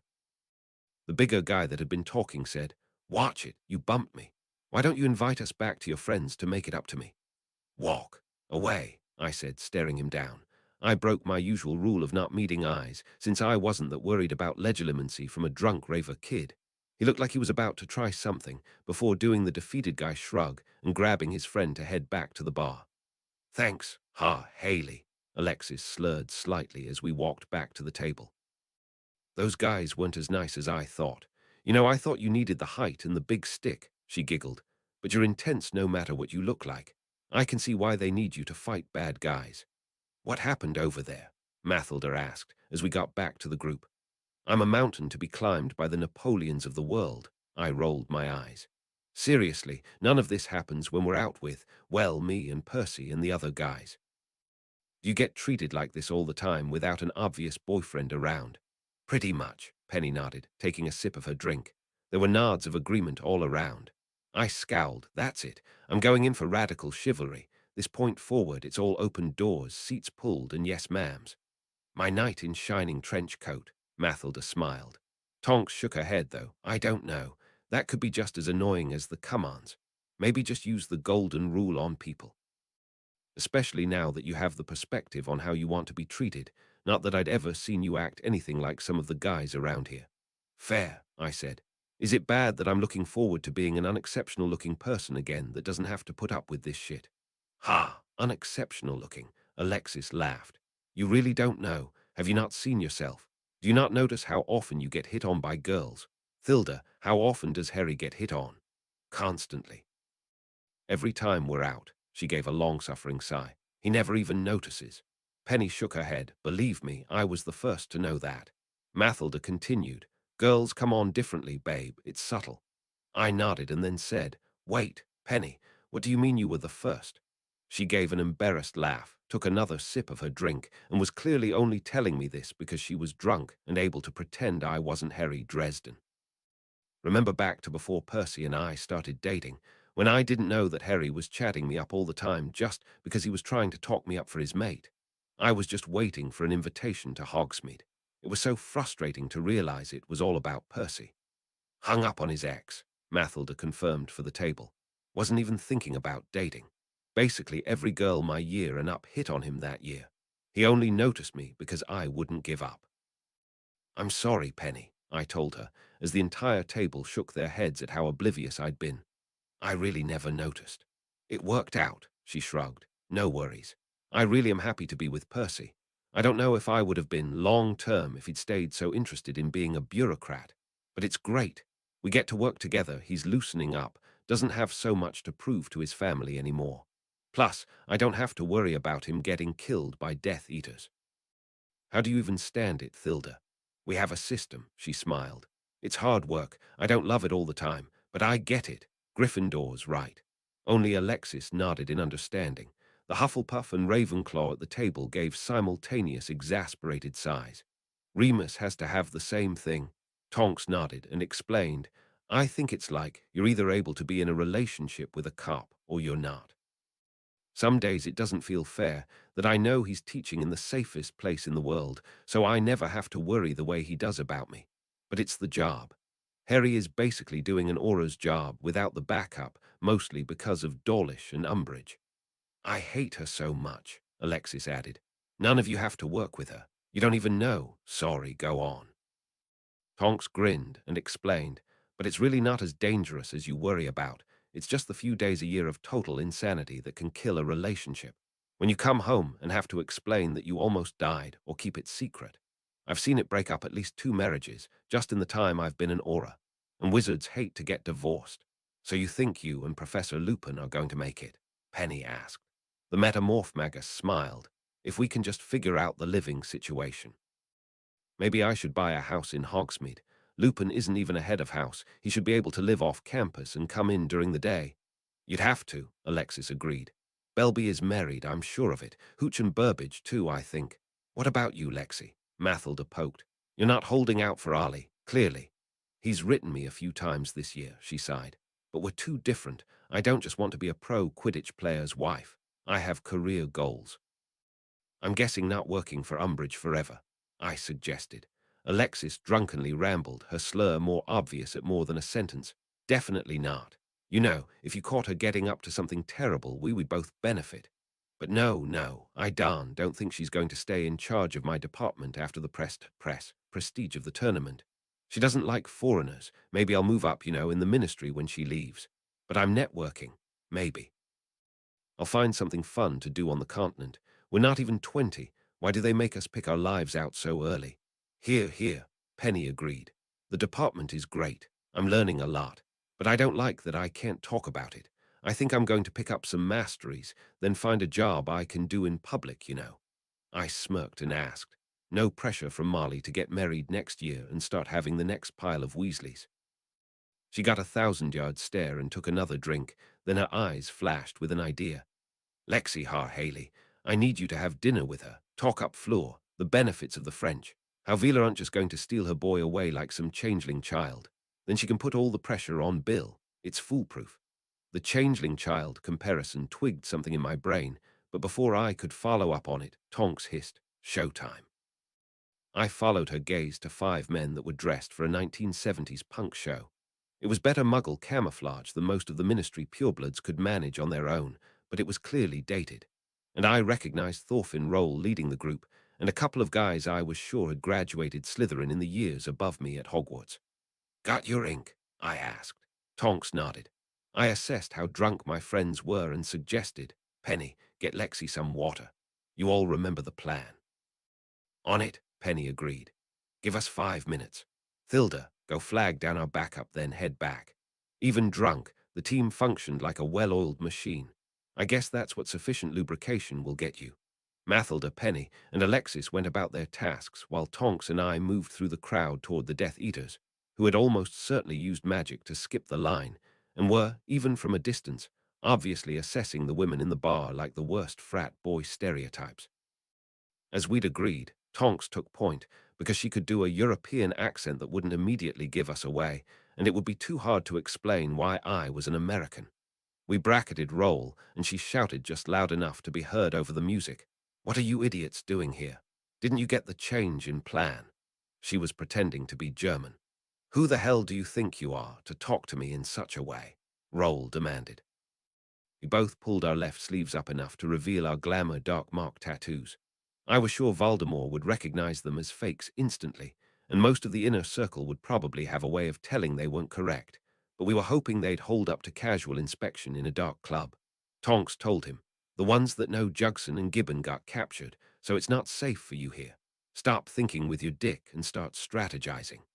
I hadn't heard that. He took the reprimand. "Who are you?" "Sophie and Frock," she shrugged. "We were recruited in Europe, been searching Albania for the Dark Lord, got called back here because you lot are getting your asses handed to you. How many captured in the last few months?" "Too many," he agreed, seeming to buy the lie just based on sheer bravado. "But since we're here already, we've already rounded up some girls for you." She rolled her eyes. "But this is the last time. Make them last. It's a wonder the place isn't already full of auras." "They don't care about muggles," he shrugged. "But let's meet these girls." This was the part where we could have a problem if any of the Death Eaters recognized Mathilda, Penny, or Alexis. But it seemed unlikely. The boys from Slytherin had, at most, seen them in their school robes or dressed for work at the Ministry. Highly made up and dressed in Muggle clubwear was an out-of-context problem. I might walk past one of them on the street without recognition if I was distracted, and I'd spent hours with each of them every day for years. Still, I breathed a small sigh of relief when we walked up to the table and nobody made any noises or accusations. "Ladies, these are our friends we were telling you about." Tonks cued the table. Everyone had gotten back, and Alexis had a glass of water that she'd mostly emptied. "You ready to head to the party?" "Sure." "This one's cute," Alexis slurred, stumbling into one of the younger guys in a way that was probably not all acting and would help sell the con roll. Looked over the trio and nodded. "Let's move." Our party of 10 wove our way out of the club, and he looked like he was making for a secluded apparition point. "Gentlemen," he suggested with a gesture at the three guests, at the point that girls might realize they were being led to a dark alley rather than a cab stand. Wands were quickly drawn, and three of the guys incanted, Imperio, each mind controlling one of my friends. Not ideal, but within expectations. I hung back enough that I could whisper, Libero, 3 times in succession, channeled through the rings each of my friends wore. Easily freeing people from the Imperious curse was one of the main reasons I'd worked so hard on the rings. It took a bit out of me to use that much soulfire that quickly, but at least the Liberatus was easier than the other apologies. Meanwhile, Tonks was trying to get information, take them to a safe house, then check in with Nart. "Do you know anything about the cup situation? We were told to take that over." Roll looked confused. I thought Crouch was handling getting to the cup. "He's been caught out twice already," she shrugged. "Maybe he's ready to change it up." "Fair, but I don't think you'll have any more luck getting to it than he has. They keep it locked up somewhere in the Ministry before the final task." I realized that we were talking about different cups. They must mean the tournament trophy. I coughed in the sign that everyone should get ready, charging a focusless stunner, since I didn't have my staff. Everyone else surreptitiously drew wands. By the time the group had found a dark corner behind the building that wasn't full of club kids making out and was looking ready to apparate away, it was just 5 nearly simultaneous shouts of stupefy, and 5 unconscious Death Eaters. Tonks sighed. Looks like there was a different conspiracy we didn't know about. But hey, 5 more arrests. Good job, team. Help me get these guys into holding, and then take the night off. By the time we had them trussed up and ready for transport, I felt the tingle of the potion failing and asked, "Do I need to take another shot?" "No, I think we're done. Get comfortable," Tonks ordered. I smiled and incanted, finite incantatum, to restore my clothes, balanced against a wall, and held in a grimace of pain as my mass and height returned to me suddenly and quickly. "Yeah, okay." "No Polyjuice party games," Alexis said, somewhat sobered by the Liberatus charm I'd hit her with. That was gnarly. "If it's all the same," I agreed, "we'll leave the shape-shifting undercover work to Tonks in the future." "It was fun, though, right? A little." Mathilda smiled. She crept closer to me and whispered, "Let's get these guys deposited and then go home and give Bob a show." I nodded, realizing that it was after midnight. Happy birthday, Thilda. Chapter 58, Holy Grail 15, Fever Pitch. Chapter text Boys Club Go, have a good time. After my birthday party you need a guy's night, Mathilda insisted. I'll hang out here with Penny. She can help me study or find something on telly. You're more than welcome to come with, I told her. It was 2 weeks after the club experience and the first night she was home for spring break, and I didn't want to abandon her. Do manly things. Let Ollie show you all the best beer pubs. Wrestle a bear or something. That's your whole range of masculine activities, huh? I chuckled. Unless you want to get me back, but I don't fancy my own Polyjuice trip. I'm sure boys' hobbies are not the undiscovered country that a girl's outing is. You don't need to pay me back. If nothing else, I doubt we could get away with casual touching in public as guys the way girls can. She shook her head. That's because guys have problems. I don't understand how you stand it, or want to know. Have fun. Come back drunk with stories. Okay, have fun with Penny. See you later, I conceded, heading downstairs where Percy had clearly lost a similar argument. Guys' night. Yay, I deadpanned.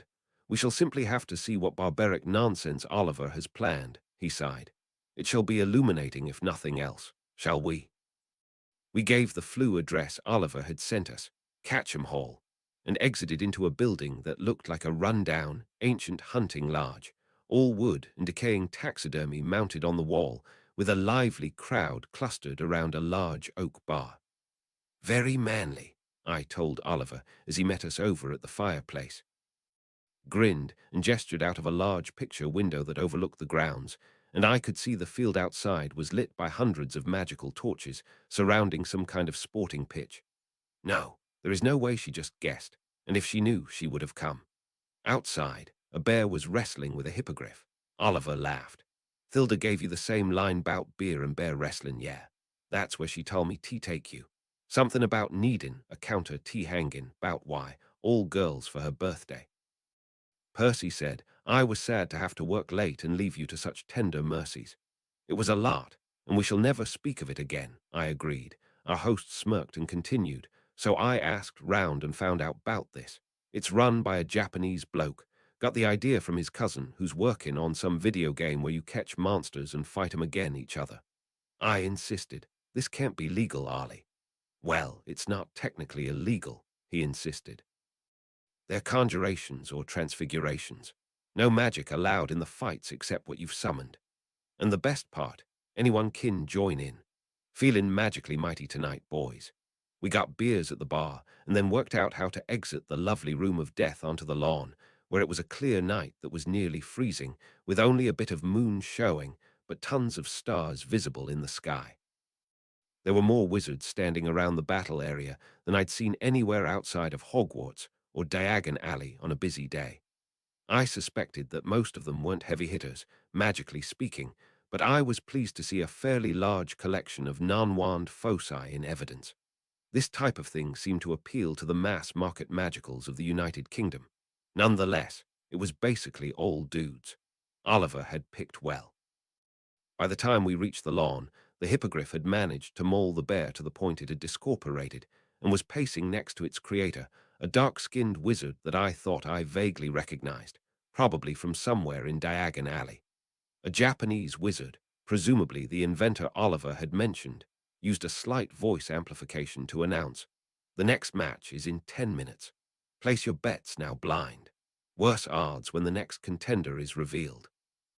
Check in with Fletcher to register your bets." Of course Dung is in on this, I said, spotting the diminutive red-headed order member near the stairs down with his book and wager chits. At least there's no bagman. Ludo is no longer allowed at this establishment. He tends to be a betting risk, the proprietor said, gliding over to us. Up close, he was younger than I'd expected, with an athlete's build. Noriyuki Sato, pleased to meet new guests, he bowed to us. Oliver bowed back and Percy and I followed suit. You're on the Japanese World Cup team. Oliver Wood, reserve keeper for Puddlemere United. These ray my mates, Percy Weasley and Harry Dresden. Sato lit up. Ah, you are the teammate Benji told me he invited. Welcome. I understand you are Hogwarts trained. Any good at transfiguration? Passed my newts. Percy and Harry were my roommates. I'm sure Percy's the best at it, Oliver explained. But Harry is the best at combat for certain, Percy demurred. How much time do we have to prepare the conjuration or transfiguration? I asked. I gestured at my staff and said, not that fast at them. We take all comers here. Speed is not a factor, only strength and control of your creation, Sato said. Please let me know if you would like a position on the roster. Go ahead and sign us up. Oliver agreed for the three of us. Is there an entry fee? No, Sato smiled. If you win, you keep 10% of the house rake. Plus, you may bet on yourself or your friends. Please, do not bet against yourself or have your friends do so. I shall add you to the roster. You should be up starting in around an hour. We bowed again, and I asked, "What did you get us into this time, Ollie?" The burly Scot grinned and said, "Darn, pretend you're not going to win." The twins were complaining, "Teamy bout some werewolf you conjured."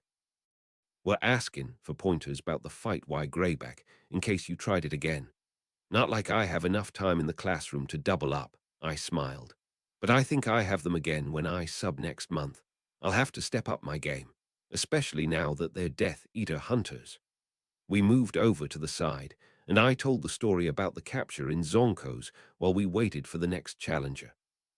By the time I'd finished, the challenger to the hippogriff was revealed as some guy I completely didn't recognize with a griffin. We've seen this fight. Hippogriffs win, I joked. Oliver nodded, remembering the hippogriffs saving our bacon during the Fae attack the previous year. Care to wager on it, boys? Fletcher asked, sidling up with his book. When did you start making books, Dung? I asked. Beyond the time I'd tolerated him during my summer working retail, I'd run into him a few times at order meetings. When Bagman biffed it for himself, the little guy grinned. I hear he basically has to rake it in on that tournament or the goblins are going to start taking fingers. Sucks for him, I revealed. He seems to have hitched up his cart behind Maeve to win, and that's our worst-case outcome. Anyway, can I just put like a nut on this fight? For the hippogriff. I don't know either of these guys. I'll put more on Oliver and Percy. No bet too small, no challenge too great, he said. You boys. Oliver put down a similar wager, and Percy passed.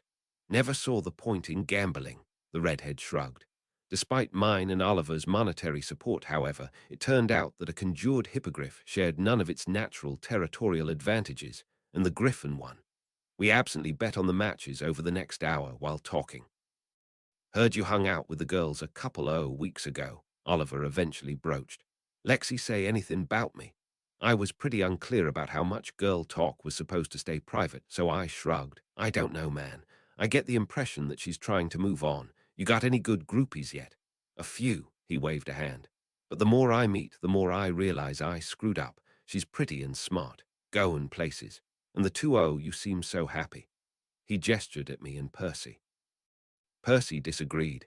It is very easy to fixate on the Hogwarts relationships that worked out, but so many find love years later. Look at my brother, Bill, years out of school, and he finally finds a magical supermodel. And Tonks and Remus, I added. You're too young to be hung up on your high school girlfriend, man.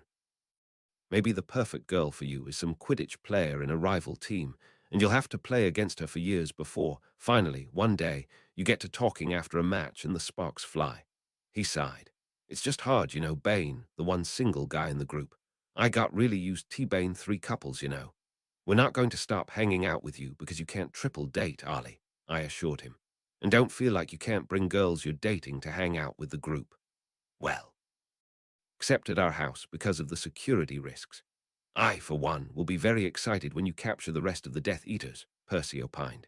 You must have handled half of their number personally by now, right? There's no way it could be, I trailed off, doing the mental math. No, yeah, it could be, after we got the 5 at Thilda's party, and if the ones we saw at the World Cup were most of them. I still want to hear the story, how you got 5 more at a birthday party, Oliver said. I hedged. We had the party somewhere we knew they might show up from interrogations. Tonks is very tricky when she wants to be, and all our girls are quick with a stunner. No big deal. Well, get the rest of them, Percy suggested. Once they are no longer a threat, we can drop the Fidelius and Oliver can bring over whoever he wants. Also, when we are no longer in constant danger, I can ask Penny to marry me. Percy. Oliver and I said basically simultaneously, nearly folding him in half vertically as we each clapped him on a different shoulder. I asked, You got a ring yet? In progress, he allowed, with a sly grin. You have really set a precedent with magical jewelry, so I want to give her something with some useful enchantments. Unless you plan to defeat everyone soon, I have a little while to finish. With my luck, I'll have to run right from a fight with Voldemort to trying to win the tournament, so you have until at least June, I groaned. My luck was bad enough I probably could have used it to scrape a passing grade on the divination owls. Predict the future by guessing the least convenient thing that could happen to you. A Heisemer proposal is doable, Percy allowed, then put on his joking face and said, let me know if you need more time before I book a vacation. Oliver added in, we've a big match in July as well, so if it's not too much trouble, it'd increase crowds if you've already won the war by then. Ta! Sure, sure. I took a pull of my beer, then listed out, capture the rest of the Death Eaters, banish Voldemort, final task, prevent the veil from collapsing, run interference for Percy on his big romantic date, attend Ollie's match. That everything I need to do this summer. Seems simple enough, Oliver laughed. Darn forget, Thilda graduates right after the third task, so you'll need tea work in a celebration for that. I complained. I need a secretary. Maybe Hermione, Neville, or Draco will help me keep track of all of this if I offer them private tutoring on their owls. A secretary would have also helped with time management, as we were suddenly up on the roster, and Oliver had to scramble to transfigure a lion, which didn't do very well against his opponent's erumpent. Percy almost got it with his rhinoceros, since they were pretty similar animals, and the conjured erumpent didn't actually have explosive secretions. The lead time on my friends gave me a chance to hastily set up my own ritual circle, and by the time I was up, I'd managed to conjure up a variation on one of the summons I'd used in my haunted house, an acromantula the size of Aragog. Watching a giant spider strangle a magical rhino to death is pretty gross, even when you're the one who made the spider. Our winner is Harry Dresden, one of the Triwizard Tournament contenders, Sato announced. Get your bets in for the next round. He headed over and explained, you're up against an international man of mystery, and gestured to yet another middle-aged wizard I didn't recognize. But I saw the guy's eyes without directly meeting them and felt a glimmer of recognition and anticipation from him. I whispered to Oliver, see if Dung will take a bet that my opponent breaks the rules and attacks me. Then you and Percy be ready to back me up. I kinny take you anywhere nice, Harry, Oliver grinned. I'll have Perce look for if he's got backup. Guess we stayed at the party long enough for word to get out you were here. Shortly before match time, my opponent had summoned up a basilisk-sized snake. Typical. I kept watch on him out of the corner of my eye while the monsters began to fight, keeping my shield bracelet ready. Sure enough, as soon as the fight pulled over to one side, he commanded the giant snake to rush me while he tried casting some nasty-looking curse at my flank. Pratigo. I incanted, catching the curse on my shield, then point-blank cast, Confringo, with my blasting rod against the oncoming snake. It was significantly less magic-resistant than a real basilisk and exploded into ectoplasm. I'd already willed my acromantula to menace my opponent while I shouted at him, you act like I haven't fought a giant snake before. Is that you, Crouch? If so, rule of 3, buddy. The telltale tongue flicked across his lips as he snarled, one of these days, Dresden, before twisting in place to escape. I noticed Percy and Oliver spread out in the crowd, and both gave me head shakes that they didn't see any more Death Eaters waiting to take a shot. I am so sorry, Mr. Dresden, Sato hurried up. We've never had such an incident. I'm so glad you're okay. You will, of course, be credited for the win, but I think that should be our last bout of the evening. No worries, sir, I told him, though you might consider anti-apparition wards for the future. Oh, and can you make sure Dung pays up on my friend's bets? It turned out that the guy had given decent but not bankrupting odds that I'd be attacked. After all, Fletcher was an Order member and knew what my life was like. Oliver and Percy did too, though, so still made out very well on their bets. What next, lads? Oliver beamed, shaking his bag of winnings. Night's still young, assassins have already struck, and I've got a sack of winnings. Percy offered, there is a late-night curry place near the ministry that is never open during working hours that I have been wanting to try out. Vindaloo. Oliver enthused, and I also gave my own thumbs up to the idea. But Harry, Percy warned, looking over at the conjuration I had yet to dismiss, you probably cannot bring the spider. Fever pitch after a relaxing spring break, where I'd had to work all day, but it was nice to come home to Mathilda being there in the evenings. I was back on campus for the final Quidditch match. I'd missed the semi-final match between Gryffindor and Slytherin, but I'd heard it had been a nail-biter. With all the older Slytherin team members recently graduated, the well-honed Gryffindor team had simply racked up points. Even though Draco had finally beaten Ginny to the snitch, making use of the firebolt his father had bought for him, they'd lost in the face of all the goals Gryffindor had scored beforehand. So the final match was Gryffindor versus Victor Krumm's Durmstrang team. To the staff's great joy, regular sporting rivalries seemed to be set aside. Anyone upset about Gryffindor winning again within the school was still somewhat supporting them out of Hogwarts pride. The Slytherins might have naturally sided with the Durmstrang team, but the fact that I was technically Durmstrang's champion was throwing off that calculation. Similarly, there couldn't be that fierce of a rivalry between Gryffindor and Durmstrang since they'd partied together after my victories, and Victor was still dating Katie Bell, one of the Gryffindor chasers. It looked like it was going to be a really friendly match. That couldn't be any more evident than with the relaxing of the seating arrangements. A mix of several houses was hanging around near me, with basically my entire enchanting club and their other friends mixed in, as well as a few of the other Durmstrang kids I'd gotten to know. And the whole thing was much more coupley than it had been in previous years. In addition to the obvious pairings of me and Mathilda and Neville and Hannah, there were some surprises. Millicent Bulstrode was sitting with her girlfriend. Sue Lee Seamus had seemingly talked Susan Bones into giving him a chance after many attempts. Luna and Colin Creevy were sitting together, but it might have just been as friends to support Ginny. With Millie as another buffer against Gryffindor, Pansy Parkinson had followed Draco over, and that turned out to be a point of some interesting drama. Is Ginny Weasley riding your firebolt? Pansy suddenly shrieked, spying the broom that the Gryffindor Seeker was on as the teams formed up over the pitch. I wanted to give Hogwarts the best chance of winning, Draco suggested. I let her borrow it. She'll give it back afterward. You let her borrow 1,000-galleon broom, she hissed. I was inclined to hiss at that price myself, but the Malfoys were rich. That wasn't even worth $10,000. If he'd been a muggle, he'd have probably been close to getting a sports car worth way more than that. I think it came down in price this year. That's what my father suggested, Draco shrugged. Pansy looked over like she was about to say something, but realized she was surrounded by people that wouldn't let her get away with insulting Ginny. Finally, she just said, "You know what? I'm going to go sit with Tracy and Daphne. You enjoy rooting for Ginny Weasley." Draco didn't try to talk her out of flouncing off, which probably made the snit worse. He barely seemed to notice, as he was fixated on the start of the match.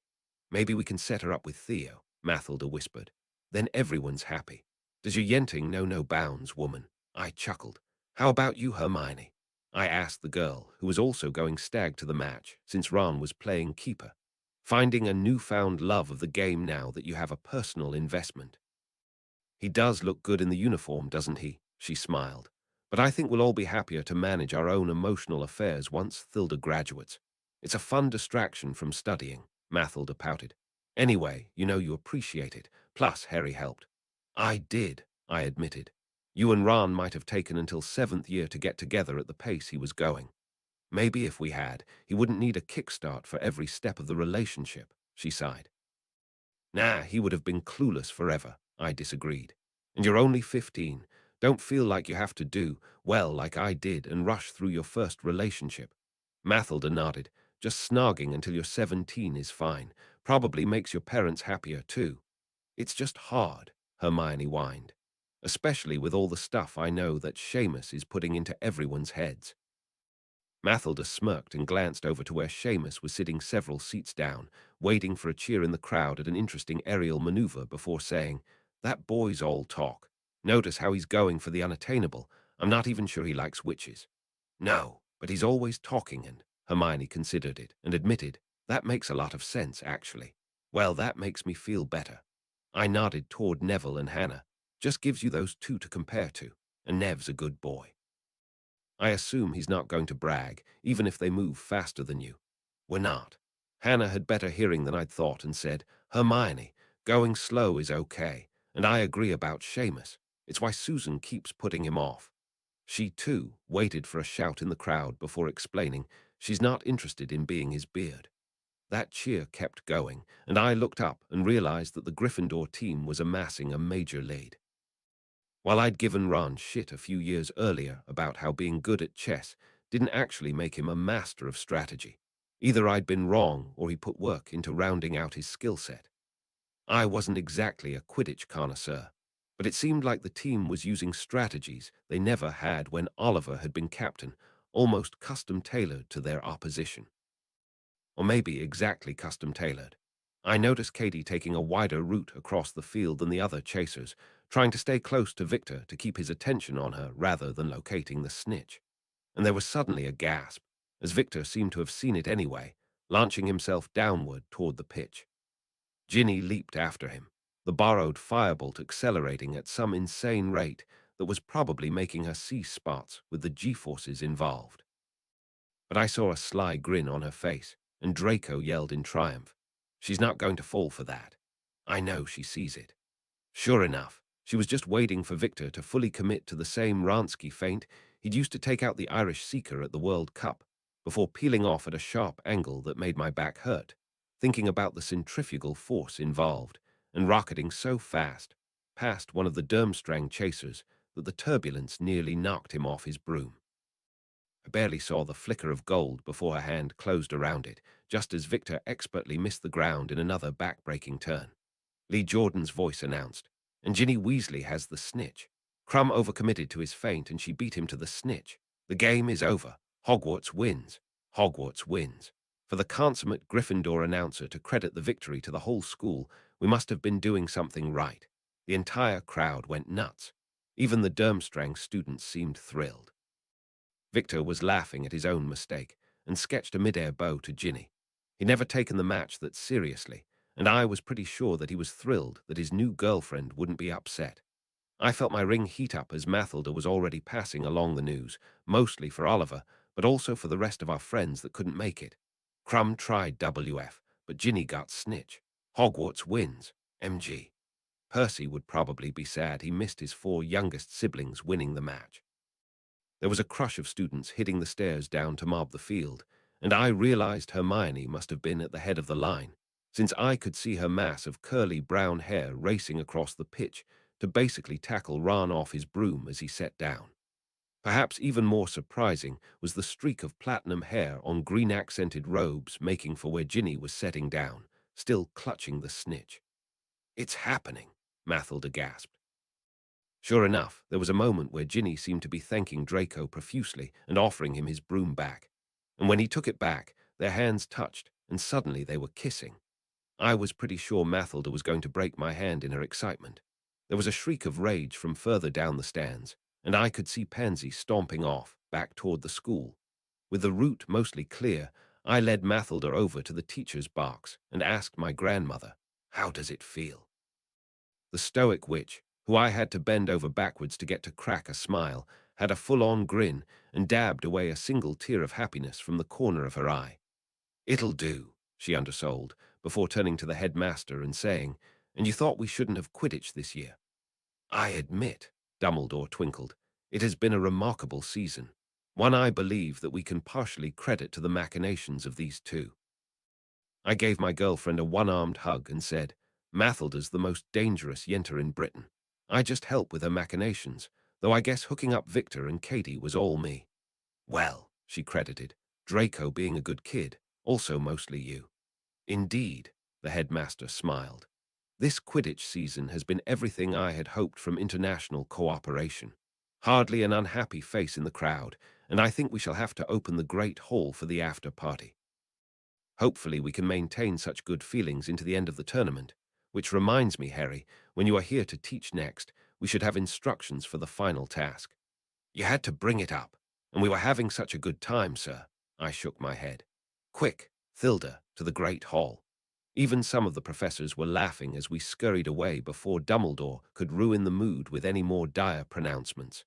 It really was a very good after-party. Hedge Magic Eye was back in the castle on May 15th, and Monday classes were an interesting combination of the ends of the spectrum. Between the 2 morning periods, I had all of the first years, and basically answered questions that they were having difficulty with preparing for their upcoming exams. Easy stuff. Conversely, the middle periods of the day were Newt students, and the end of the day was a double period of the Gryffindor and Hufflepuff fifth years. So I was trying to help people master patronuses and any other apologies they might be able to get, as well as answering frantic questions about what was on the ministry tests. At least I finally got to teach a class with my girlfriend in it. They asked me to stay for dinner so we could be told about the third task afterward, and I, again, was sitting next to Hagrid and August Filch. Hagrid seemed pretty quiet, maybe depressed, so I asked, "What's up, buddy?" "Don't want to talk about it," he huffed. August did, though, offering. He and Maxime had a falling out. "She was juice using me," Hagrid whined. "Wanted to learn about the third task." I shrugged. "Tell her. Fleur's already at a disadvantage. It's kind of nice that she's cheating for her student. Don't let a little espionage ruin your romance." That got a surprised grunt, and he said, "But she juice wants me for what I know about the task. It's not real." I struggled to come up with a polite way of saying it before August just bluntly explained, "Do either of you have any other people your size to be with? Be stupid to throw away the one person you might be able to sleep with over your insecurities." I patted him softly on the arm and said, "Life's too short, man, and make-up sex is great." August cackled. "I can make you a sign that says, 'If this hut's a rockin', don't come a-knockin'." Hagrid was blushing so hard it was visible in the parts of his face that weren't bushy black beard, but he said, "Yeah, think so." We both agreed. The guy deserved a real romance, but even more than that, he deserved someone he could have sex with without, well, doing grievous bodily harm. He seemed like he was going to head over and work it out after dinner. Any after-dinner plans of my own were thwarted by Bagman showing up and waving to me, Fleur, and Maeve to follow him outside. I bundled into my coat as we headed out. Despite being the middle of May, with no sunset until after 9 p.m., it was still gross outside. It had frozen the night before, and clear skies had given way to chilly rain over the course of the day, which had never gotten particularly warm. One of the greatest parts of graduating was not being stuck in North Scotland all the time. Maeve, of course, seemed to be right in her element, despite the approaching summer. Bagman was leading us toward the Quidditch pitch, running off on unimportant small talk as we crossed the grounds. It didn't take long to reach the pitch, where the previously flat lawn was covered with low shoots of plants laid out in some kind of intricate pattern, the lines of green a yard wide at least with several feet of clear space as aisles between them. "Hedge maze for the final challenge, huh?" I asked. "Harry, you've stolen my thunder," Bagman whined, but then smiled and said, "Yes, indeed." Hagrid should have these 20 feet high by the time of the third task. The task itself is very straightforward. Triwizard Cup in the center, first one to touch it is the winner. You'll have your entry staggered based on your standings, so Harry first, then Maeve, and Fleur only slightly behind. There will, of course, be obstacles and challenges in the maze. Hagrid is providing a number of creatures, and there will also be spells that need to be broken, all that sort of thing, you know. I could already see a faint haze over the field, and I guessed, space expansion, so this winds up much bigger than the pitch inside, right? Natural property of the hedge, I'm told, he agreed. Also dampens sound and should keep you from just blasting or apparating straight through. I raised an eyebrow at that addition, since we shouldn't be able to apparate on the campus anyway. I wondered if they were planning to drop that protection from the wards as part of one of the challenges. Some kind of trap we'd need short-range apparition to escape. Will we be unable to visit this part of the grounds until then? Fleur wondered. It would be very easy to fly over and learn Z-map. They're partially animate when grown, Maeve volunteered, probably more to show that she knew something we didn't than to be helpful. Might not even hold still while we're in there. Right, indeed, Bagman beamed. You all know your stuff. I hear Professor Sprout has been working hard on the enchantments to ensure a connected path is always available throughout the maze, so you won't get trapped, but the walls may move around. Think of it as another part of the obstacles. And we're presumably not allowed to just fly over, right? I checked. He nodded. Charms to prevent leaving the maze, yes. Enchanted items are allowed this time, except brooms and anything else you can fly with. If we encounter another champion, Maeve asked with a smirk. Fight to incapacitate only. Bagman frowned a bit. You're not free of laws while you're in the maze. It would be a shame to win only to be arrested for maiming or killing someone. I checked. Are we sure the cup itself is in a safe place, not tampered with? Oh, yes, I heard about that. Bagman smiled like an inveterate gossip. Aura's caught a few Death Eaters trying to get in and charm the cup. I would never have suspected Corbin Yaxley, of all people, for that sort. Though I guess I don't have the best track record. He clearly thought back to his own stint in Azkaban for trusting Rookwood. I hear it's under much more secure guard and has been given a clean bill of magical health for the tournament. There should be no surprises other than those that we put in here to challenge you. I couldn't help but snort in derision. If we can just avoid having a Death Eater surprise, at least, I'll consider it a win. Fleur nodded. This does seem dangerous enough without dark wizards being up to something. Will Z professors and auras be ready in case there is an attack? We'll use the floating omnioculars again to track your progress, he agreed. Though the magical effects may make it a little difficult to see. You can send up sparks if you get into trouble and need to be rescued, to be sure we'll see you. I frowned, and with all the space charms and protections, any help will have to go through the maze to get to us. I hope you're taking precautions. Of course, he waved away. Full sweep of the maze beforehand, auras on hand, you'll all be safe as houses. Well, except from the intended dangerous challenges, of course. Any more questions? Good, it's chilly, let's get back inside. We began to follow him back, and I said, you know, I've been in quite a few houses that weren't particularly safe. Safe as which houses? Hopefully safer than the Shrieking Shack or the Black Manor. It's just an expression, Harry. I mean perfectly safe, Bagman complained. Why don't you two head in, and I'll talk to Maeve for a bit? I just rolled my eyes and told him, you know, everyone knows what you're doing, right? They've even got Fletcher running books instead of you because nobody trusts you to do it anymore. Maybe you could let this play out how it's going to play out, rather than trying to swing it for Maeve as an upset. I doubt it's going to work out the way you think. He had blanched throughout my speech and merely moved his mouth, no sound coming out as he tried to formulate a reply. Maeve tagged in with, your assistance has neither been desired nor needed. Harry is correct. He doesn't know how it's going to work out either, but I believe he has a better clue than you do. Fleur nodded. While I'm sure this isn't fair, I prefer you stop trying to make it more unfair, Mr. Bagman. Defeated, the man just nodded. I guess you three can see yourselves back inside. I need to do some arithmancy. Good luck with the books, I told him as he stomped off. Left alone with my fellow champions, I couldn't help but ask, Maeve, you've been actually kind of helpful our last few interactions. Are you feeling okay? She smirked and said, because I'd feed you into a muggle woodchipper with a smile and a song in my heart in normal circumstances. What is this woodchipper? Zome kind of bird? Fleur asked. It's a machine that reduces tree branches to mulch, I explained, then agreed with Maeve. But yeah, that. Maeve shrugged and started to slowly saunter back toward the door of the school. A normal person could manage a stroll at best at that speed, but she indeed could saunter. Before you were drawn as a champion, there was still time to change things. I would have preferred someone else, possibly anyone else, be drawn in your place. But you were drawn, so it behooves me to ensure that this plays out as intended, without terrorists and washed-up gambling addicts interfering. All of this needs to transpire according to your design. I figured. Exactly, she agreed. Don't worry. I'll happily kill you should the circumstances allow once this is all over with. We aren't friends. But until the current situation plays out, it doesn't benefit me to sabotage you unduly or permit others to.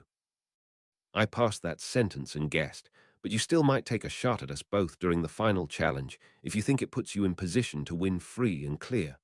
Well, of course, she tossed back before entering into the side door that led into the dungeons. What do I care if they try to arrest me afterward, if our goals are completed? Sleep well, Harry Miss Delacour. I glanced back over to Fleur, who simply sighed. I could have stayed in France. Good night, awry. I suppose I will not see you again until the final challenge. Get your training in, I nodded. Pay attention to being able to dodge getting stabbed in the back right before you get to the cup. Right, either dodge it or endure it, the bars of us. And with one last sad look at me, and where Maeve had gone off to, she headed back toward the Beauxbatons' carriage. Coming Storm's June's full moon was the night before a Wednesday, which was the day that there were very few seventh-year classes other than my own defense class first period. Consequently, I got to teach Mathilda and her peers first thing. and then she just basically hung around playing teacher's assistant the rest of the day, though she had herbology after lunch. Not having gotten to see her for a month, it was very nice. That month hadn't been particularly exciting in my day-to-day life. The remaining Death Eaters, of which there couldn't be more than a handful left, seemed to still be laying low. I didn't know if they were still going to make some grand play at the final challenge of the tournament, since their attempt to get to the prize cup had been thwarted. I was kind of hoping they just realized that fewer than a dozen people without access to a Dark Lord weren't going to claim a victory. But the people left were the real true believers, not the Lestranges, Crouch, Darlowhav, and whoever else they still had in reserve. I was sadly aware they'd probably go down swinging. Likewise, we hadn't made any more progress on tracking down Hufflepuff's cup, which we were hoping was the final Horcrux. If the Lestrange brothers were sitting on it, them laying low didn't do us any favors. My year was simply awash in ornamental magical chalices. There was probably some metaphor there about human sexuality, that a guy whose primary magical implements were staff and rod probably shouldn't try to unpack. I'd seen Rob Roy with my friends. Oliver was a huge fan. And Demon Knight with Mathilda's uncle and sisters. No statute of secrecy violations detected. In the Mouth of Madness was finally releasing in the UK that very week, and I'd heard really good things about it from those that had seen it in the US. The new Die Hard was delayed by 3 months from its US release, which seemed unfair, so I hadn't gotten to see it yet. Similarly, Braveheart had been delayed all the way to September after its May release in the States, but that may have had a lot to do with how unkind the British were likely to be to it over how fast and loose it played with Scottish history. I doubted Oliver would like it as much as he had Rob Roy. Yeah, it was kind of nice that there was enough of a lull in the chaos of my life that I had a month mostly marked by getting to see new releases at the cinema. But on the 14th, it was all my last substitute class of the year, and it was mostly just furious last-minute questions from the 7th years about to take their newts, and then a relaxing day. Most of the other years had already taken their exams. Other than the newt class, the morning was both classes of first years, and then immediately after lunch, I had Draco's class, along with the Ravenclaws. Pansy Parkinson was clearly still annoyed with Draco and trying to get his attention by flirting outrageously with Blaise Zabini. Millie Bulstrode and Sue Lee had chosen a back table to partner up at, and I was the cool teacher who didn't call them on where their hands were. As the class was leaving, the Slytherins stayed behind for a minute, and Theodore Knott brought up, "Rumor is that you've been present at most of the Death Eater arrests." "Probably," I allowed. "They keep coming after me assuming I'll be an easy target, or alone." The boy, who was even taller than he'd been the last time I saw him, his body making a play for second tallest wizard in the castle, advised, "I think we've been lucky that none of our parents have been involved." He gave me a look that implied that, for his father's part, that statement included a "yet." "Our dads back the Malfoys," Greg Goyle added, gesturing to himself and Vince Crabb. Draco's two bookends were in the midst of putting on the bulk they'd promised as first years, though wouldn't probably be as tall as Theo. "The rest of our families managed to stay neutral," Daphne Greengrass offered, "though it was close last June." It made me wonder how many former Death Eaters from the 70s had fully embraced the Winter Court once Voldemort had been put back down. "Probably wise," I told them, wondering why I was being offered all this information. "Draco's father always seems to have a good idea of what's in his and his family's best interest." It was about as nice as I could be about the man. Honestly, despite being hopelessly snobby, I was a little annoyed that my relationship with Lucius Malfoy was so cordial. The next rich jerk that tried to get me on his side, I was definitely going to make an enemy of just out of pique. But if I did wind up running into anyone's parents, I asked, looking at Theo. "Do what you have to do," the boy shrugged, sadly. As far as I knew, he'd basically been living with the Malfoys since his father had decided that Voldemort was more important than his son.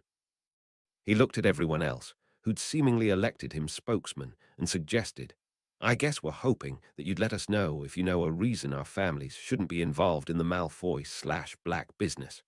I glanced at Draco, who just gave me a nonchalant shrug. "I want to know, too. My relatives seem to tell you more about this than they do me most days. Sighing, I checked the wall clock and realized I probably shouldn't have let them out early. The next class wasn't in much danger of interrupting us. I hadn't been expecting an interrogation by baby Slytherins. I finally explained, it's a better alliance than Tom Riddle. At least they don't lie. I don't know what their ultimate plan is, and their short-term goals probably aren't going to make too many people happy. But I don't think they actively want to murder a bunch of people. Ringing praise, Draco drawled, glancing around to see if his friends were satisfied. They nodded and gave a series of thanks, Dresden, and good luck at the final task as they left the room. It's funny that the magical world's leaders are the most likely to try to find someone to follow, Luna Lovegood observed, as she passed the last of the Slytherins on the way into the classroom, early for her mid-afternoon class. You heard some of that? I asked her. She shrugged and said dreamily, no. I could just tell by their walk they were asking you about the fairies. I grinned. You know, if you decide you don't like being a reporter, I bet Moody and I could use your observational skills at our business. My consulting rates are very reasonable, she smiled. So they were asking you to let the fairies tear down the veil. Did I tell you that's what this was about? I don't think so, but it was pretty obvious. Daddy has been writing articles about it for months. I don't know if we're warning people or preparing them. She blithely explained it all as she set up her seat in the front row desk she usually sat at. That got another sigh from me as I admitted, I don't know either. I feel like I'm missing something. I think it will probably all work out. Maybe we do need to let the She have access to our world again. Sure they haven't made your family an offer? I asked. Daddy would tell me if they had, but no. It's just. The girl's normally unfocused eyes fixed on me as she explained with less whimsy than I was used to. There's so much going on in the world that the Daily Prophet doesn't talk about. They think we're making it up. You mostly stopped the Rotfang conspiracy in Britain when they realized that the Black Court was working with Death Eaters. But we hear about the bat vampires in America getting too friendly with Macusa, and the merfolk are worried about things moving in the deep oceans. Well, maybe not worried, but hopeful, which is worse. We don't print horror stories, and Daddy tries not to let me see the reports, but there's even scarier stuff. The things Mr. Carpenter fights, monsters from beyond the Never Never, flying monkeys with fire poop. I said, more reason to keep the Never Never separate, right? Maybe, she allowed. Or maybe this is happening now because the magical world needs to be ready for what's coming. We're used to just having everything our own way. Fighting amongst ourselves. Maybe we'd realize that the world is bigger than we've gotten used to, and the She are far from the worst things out there. Some legends say they might even protect us from the worst things out there. So you're lobbying me to let them do what they want, let them win the tournament. She sighed, and her eyes started wandering again, the moment of lucidity distracted by something only she could see. I think you'll do what you need to, and things will sort themselves out. Personally, I was really looking forward to learning to apparate, so if you want to keep the veil up, that's good too. Nothing bothers you, does it, Luna? Oh no, lots of things do. Tardy classmates for one. She glanced back at the door, and as if summoned, the rest of my fifth period class began to file in. We all still need to master the Patronus while we have your help. Mathilda slipped in behind everyone else, looking freshly showered after her herbology class. Any objections from the class to reviewing the Patronus charm? I asked. Everyone seemed amenable, so I said, then my lovely assistant will remind you of the wand gestures, and let's see how you're progressing. Ultimately, Luna had skipped taking divination, assuming that arithmancy, runes, and care of magical creatures were more useful to her. Madame Trelawney probably had no idea that she'd missed the opportunity to train the one real seer in the school. If only her foresight offered me more specifics about what I needed to do. She was probably right. I'd have to make a decision in the moment anyway. Chapter 59, Holy Grail 16, Demise Picnic. Chapter text Sphinx Riddle. The day of the task was full summer. Bright sunlight all day, pushing 80 Fahrenheit. They'd actually landed it on a convenient day, placing it on Saturday night, the 24th of June. I wasn't sure if Dumbledore had made certain that the task wasn't on the shortest night of the year to make it less auspicious for Fey shenanigans. It was close to the shortest night of the year, with the sun not actually setting until nearly 10:30 at night. Since that was when the task was set to start, I'd had myself a preparatory nap. The entire Quidditch pitch was basically full of the magical hedge maze as the evening began to cool off, and Bagman had been correct that it had reached 20 feet high, nearly blocking the lowest levels of the bleachers, full of onlookers. The seventh years still had the back half of their newts the next week, but the rest of the school was done with exams and eager for a showing. Above the end of the stands opposite the staff boxes, 3 giant view screens had been erected for the floating omnioculars to track us through the maze. I wondered if there was going to be enough light inside to make the images clear. McGonagall, Hagrid, Lupin, and Flitwick all had glowing red stars on their hats, or, in Hagrid's case, on the back of his coat, and my grandmother explained, "We'll be patrolling the outside of the hedge, ready to come in and rescue you if the worst happens. Send up red sparks if you require assistance." "How long is that likely to take?" I asked. "The maze is warded so we can't get anywhere quickly." "We're highly motivated," she said, but I caught a glimmer in her eyes like she realized we could be on our own for a dangerously long time. "Off you go, then," Bagman told them as he strolled up and gestured for Fleur, Maeve, and me to follow him toward the one opening that had been made into the maze. Sonorous. Witches and wizards, tonight is the third and final task of the 1994-1995 Triwizard Tournament. As a reminder, Harry Dresden, representing Durmstrang, leads in the points from the first 2 tasks and will receive a several-minute head start. Maeve Malfoy of Hogwarts will then begin, followed a minute later by Fleur de Lacre of Beauxbatons. Each of the names and schools were followed by a pause to wait out the raucous applause from the stands. "So on my whistle, Harry. 3, 2, 1. His whistle blew and I began to trundle off at a light jog into the maze, noting that the omniocular rig tied to follow me floated up in the air above the maze, rather than attempt to stay right behind me. It would have an even worse view then, because the inside of the hedge was pitch black except for the summer starlight. As soon as I crossed the entryway, I could feel the charms woven into the maze and the natural properties of the hedge like a thick blanket. With a muttered "Lumos," I lit both my ring and my amulet, slowing down and allowing my eyes to adjust. As the sky darkened all the way to night, travel through the hedge maze began to feel like navigating a strangely leafy dungeon. The whole thing felt a lot like descriptions of Mora in Lord of the Rings, both cavernous and claustrophobic. Between the space expansion and the subtle shifting of the pathways, I felt like I'd crossed half of the pitch before I even had a choice of going left or right.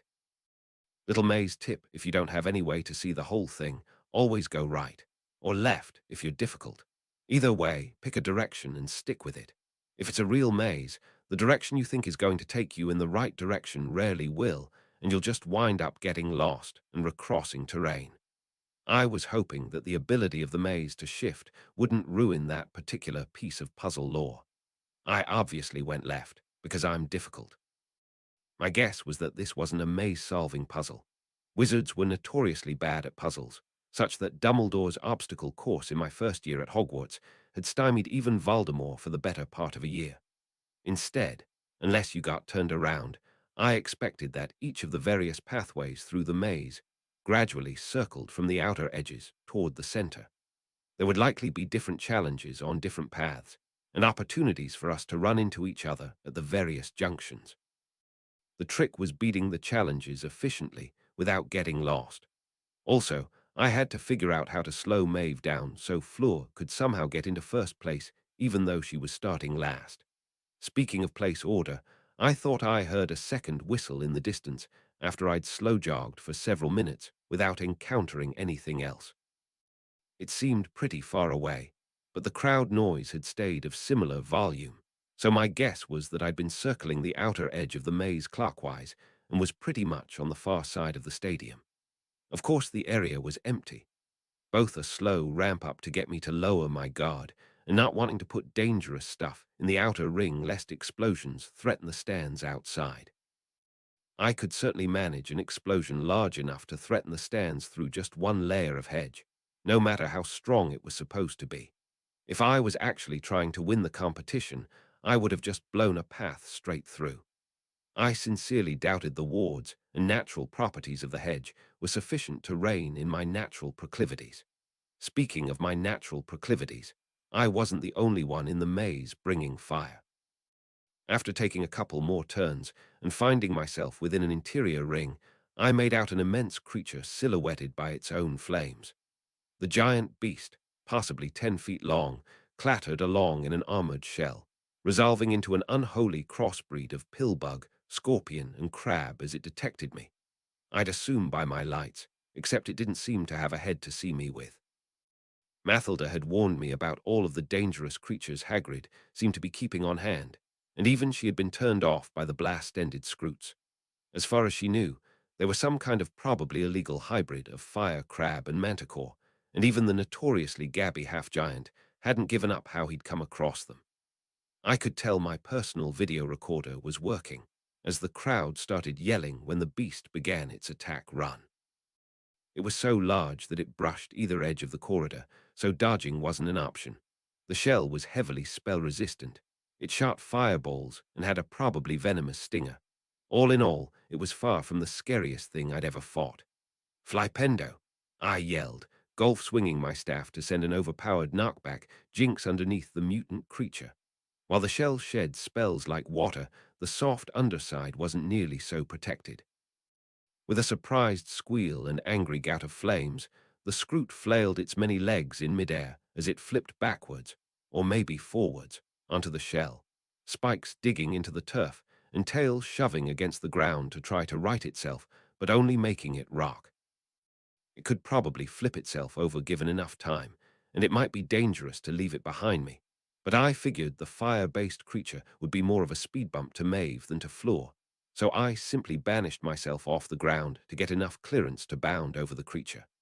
I even stuck the landing on the other side without twisting an ankle, though I narrowly avoided getting slightly toasted with flame. I made sure to shine my ring light on the beast and wave to the camera before turning and continuing along the path. I could hear cheers from the crowd coming from all directions. Hopefully, I wouldn't have to double back like an idiot. The next obstacle was some kind of field of faintly golden mist that filled the corridor and extended several yards down it. I thought I knew what it probably was, from the enchantment's color, but I got close enough to read the runes carved into the turf around it.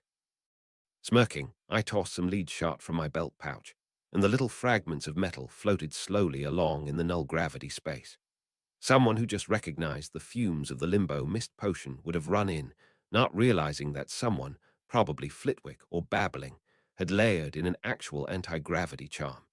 Between having up and down reversed for you and legitimately being cut free of the earth, it would be extremely disorienting.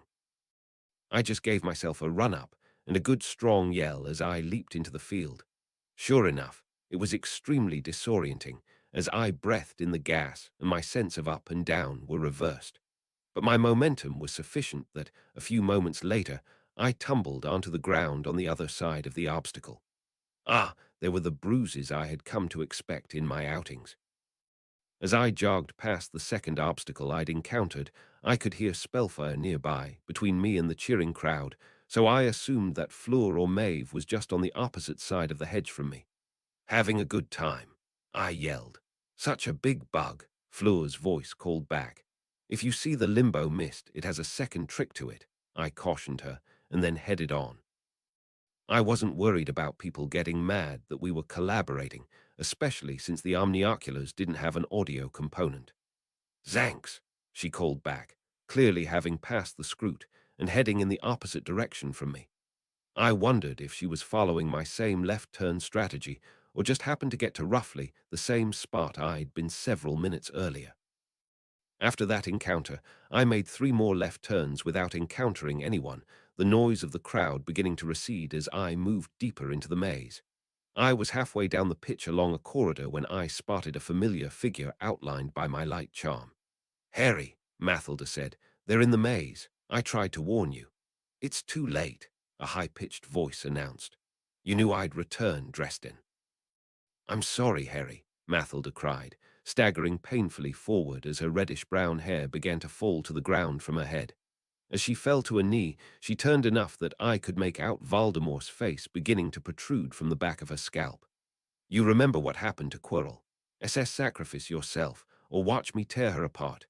I really, desperately hated boggarts. "Ridiculous," I told the apparition, Mathilda's body warping into a human-height inflatable punching bag with Voldemort's face emblazoned on the front. I gave it a solid right hook as I walked past, fuming, and saw it wobble back and forth out of the corner of my eye. I thought I heard the crack of Maeve's winter magic nearby once, but otherwise my lead seemed insurmountable as I moved inevitably toward the center of the maze. The remaining obstacles were so easily defeated they weren't even worth writing about. The crowd noise had faded so much that I was sure I was near the center as I spotted an obstacle that probably wouldn't be easy to ignore lurking at a junction. A lion body, bigger than a griffin with a woman's head. I slowed my jog to a walk and gave a bow to the Sphinx. "Madam," I greeted her, "what's a fine lady like you doing in a place like this?" She smirked, face muscles clearly not totally human in my magical light. At the very least, I expected she could get that mouth open way farther than anyone would appreciate. With a slight bow of her own, she explained, "I owed a favor, and this was the most expedient way to repay it, but your politeness does you credit, Harry Dresden. Your goal is nearby, and the quickest way is past me." "Ah, but is the cup my goal, or the protection of the realms of mortals?" I asked with a wink. I also readied my shield bracelet, just in case I made a really bad assumption trying a mysterious question on a freaking Sphinx. "Given that this is not the only passage into the center of the maze, at the very least you must control the territory lest your opponents outflank you," she shrugged. With her lioness body, it really was an impressive shrug. "Fair enough," I told her. "Do you have a riddle for me, ma'am?" "I do," she nodded. "On a correct answer, I let you pass. Maintain silence, you may retreat and try another path, but on a wrong answer we must fight." "I'd certainly like to avoid that," I assured her. "State your riddle, please. Pure of lineage but not of intentions, threatening to devour that which consumes all, gradually winnowed to a furious point by your own hand, lurking amongst the hedges." "Death Eaters," I nodded. "And they're already here, huh? Thanks for the heads up." "He knows." A voice echoed from within a metallic mask, followed by, "Finite incantatum." I heard the omnioculars thump blindly to the ground behind me, cutting off the witnesses. Half a dozen masked Death Eaters dropped their disillusionment charms and appeared along the passageway toward the center of the maze. "You guys couldn't pick a different day." I sighed and got my shield bracelet ready. Demise picnic, I would give myself even odds in a duel against any given Death Eater. That's not so much about how good of a magical fighter I was. Sure, I had more practical magical combat experience than just about anyone that hadn't fought in the last Wizarding War, including most younger auras, but these guys had fought in that war. What it really came down to was that both the Unforgivables and Apologies bypassed shields and would take a target out if they hit, so skill level didn't much enter into it other than accuracy and dodging ability. Mostly, we'd just be playing rocket tag, with a coin flip deciding who won. That was against one Death Eater. I was up against 6. Rocket tag is no fun when you're having to dodge half a dozen rockets.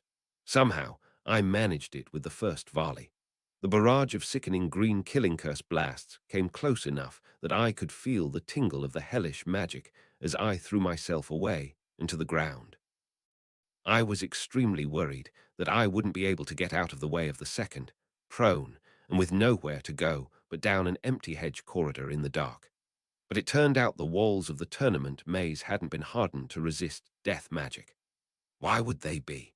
If one of us had won the tournament by just cutting into the middle with Unforgivables, the auras would have had something very pointed to say at the awards ceremony. Practically the T-junction in the maze I'd been standing in was suddenly a 4-way intersection, as the spellfire blew a giant hole in the wall opposite the route to the center of the maze. Leaves and twigs showered all over, the majority going in the direction of the blast, but the top of the 20-foot hedge got caught in the updraft and was scattered throughout. Hopefully that would be noticeable from the stands, because I didn't have time to call for help. I was too busy rolling to my feet, diving for the hole in the wall, and trying to not get cursed in the back as I moved. It looked like the next wall was also beginning to fall apart into a giant hole, as some of the killing curses had been behind enough they'd sailed right through the disintegrating first wall to hit the next. I assumed I was somewhere near the middle of the pitch and running across the width of the field rather than the length, so at this rate I might be able to escape the maze just from Death Eaters blowing holes as they missed me. Hold still and die like a wizard, Dresden. Crouch's voice called from behind me as another flash of green just missed me and finished clearing the hole into the next layer of the maze. What's the plan here, Barty? I yelled back as I dove through the new hole and rolled to the side, barely hanging onto my staff. I was glad my blasting rod was already stowed, as I fumbled in my belt trying to decide whether to go for my apologies focus or something trickier. I know you don't like me, but it seems weird to get arrested just to take another shot. We would have safely kidnapped you with a portkey cup, he admitted, the voice coming closer warily. Killed my own light sources, so this whole fight was taking place in whatever light from the stadium could filter down over the high hedges. But well, that was a cock-up. Wards were still down to allow portkeying in and out, though. We'll kill the champions, burn the maze, Darkmark home for tea. Have you considered just not murdering people? I asked, then yelled, Depulso, as I banished a handful of lead shot at the silhouette that moved around the hedge to try to sight on where my voice was coming from. Pratigo, shit. Ow, Crouch yelled, turning sideways to avoid taking my magical buckshot full on, but still getting hammered as it went through and around his shield. Most wizards fighting wizards didn't put enough energy in their shields to stop physical objects. I was already moving, so another blast of green light damaged the hedge behind me as one of the Death Eaters behind Crouch took his own shot at me. From nearby, in the direction of my attackers, I heard someone, probably Dalohov, given the accent, warn, watch out. It's a Dementor. There was general yelling from the other dark wizards, who certainly couldn't manage a Patronus, but I was stumped. I didn't think there was any way Dumbledore would have allowed a Dementor to be used as an obstacle, especially after the previous year's debacle. But there was a boggart, which would likely manifest as a Dementor to former Azkaban inmates. I grinned as that gave me an idea. I didn't blame the Sphinx for retreating when killing curses started to fly, but other creatures in the maze weren't nearly as intelligent. It was time to engineer some backup. The summoning charm didn't really work on most living beings. I'd managed to summon Neville's toad when I'd met him pretty much entirely, because toad familiars were specifically useful for practicing spells on. Animate creatures were generally able to twist their way out of the pull pretty quickly, even if they weren't magic-resistant like many magical animals. But Mathilda had taught me a variation that was sometimes used by the Ministry's creature wranglers. It didn't so much yank them away as annoy them, and give them an idea of the direction of the annoyance. Since you generally didn't want a fantastic beast showing up pissed off at you, it didn't see much use. But that's exactly what I wanted in this particular circumstance. While I was casting the spell, I'd noticed that the barrage of green lights had dwindled a lot. Between being caught up with the Dementor and general magical stamina, I'd gotten a breather. With 6 of them, they could multitask between trying to figure out how to handle a Dementor without a Patronus and chasing me. So a few moments later, 2 of them made a tactical entry into the corridor I'd been retreating down and started lobbing less energy-intensive curses my way, forcing me to shield. And one of them was tall, skinny, and still had a notable limp. Perfect. Hey, Not, I yelled at him. I didn't think you were dumb enough to go along with this kind of stupid attack. It was time to see your smug face wiped from the planet. He snarled at me between spells that splashed off my shield. My smug face, I argued. You're the poster child for if you make a face too much it will freeze that way. Do you all always allow Dresden to bait you like this? The other Death Eater asked. I guessed it was one of the Lestrange brothers. He might have been smarter than I'd given either credit for. I'd been slowly falling back, drawing them deeper down the corridor, and past the latest hole they'd created into the outer ring, and I tried to hide a grin as I felt the ground shudder, and both suddenly turned to see what was rolling up behind them. Sure enough, the blast-ended Scroot crashed through the gap in the hedge, and I dropped my summons, 2 obvious targets in between me and the ornery creature. Shrieking in surprised fear sounds really interesting through those metal Death Eater masks, it turns out. I started lobbing my own spells downrange as Nut and probably Lestrange were suddenly in a close-quarters fight with an angry giant magical arthropod, forcing them to scramble and shield. Nut, who preferred to be as far from his opponents as possible, wasn't ready.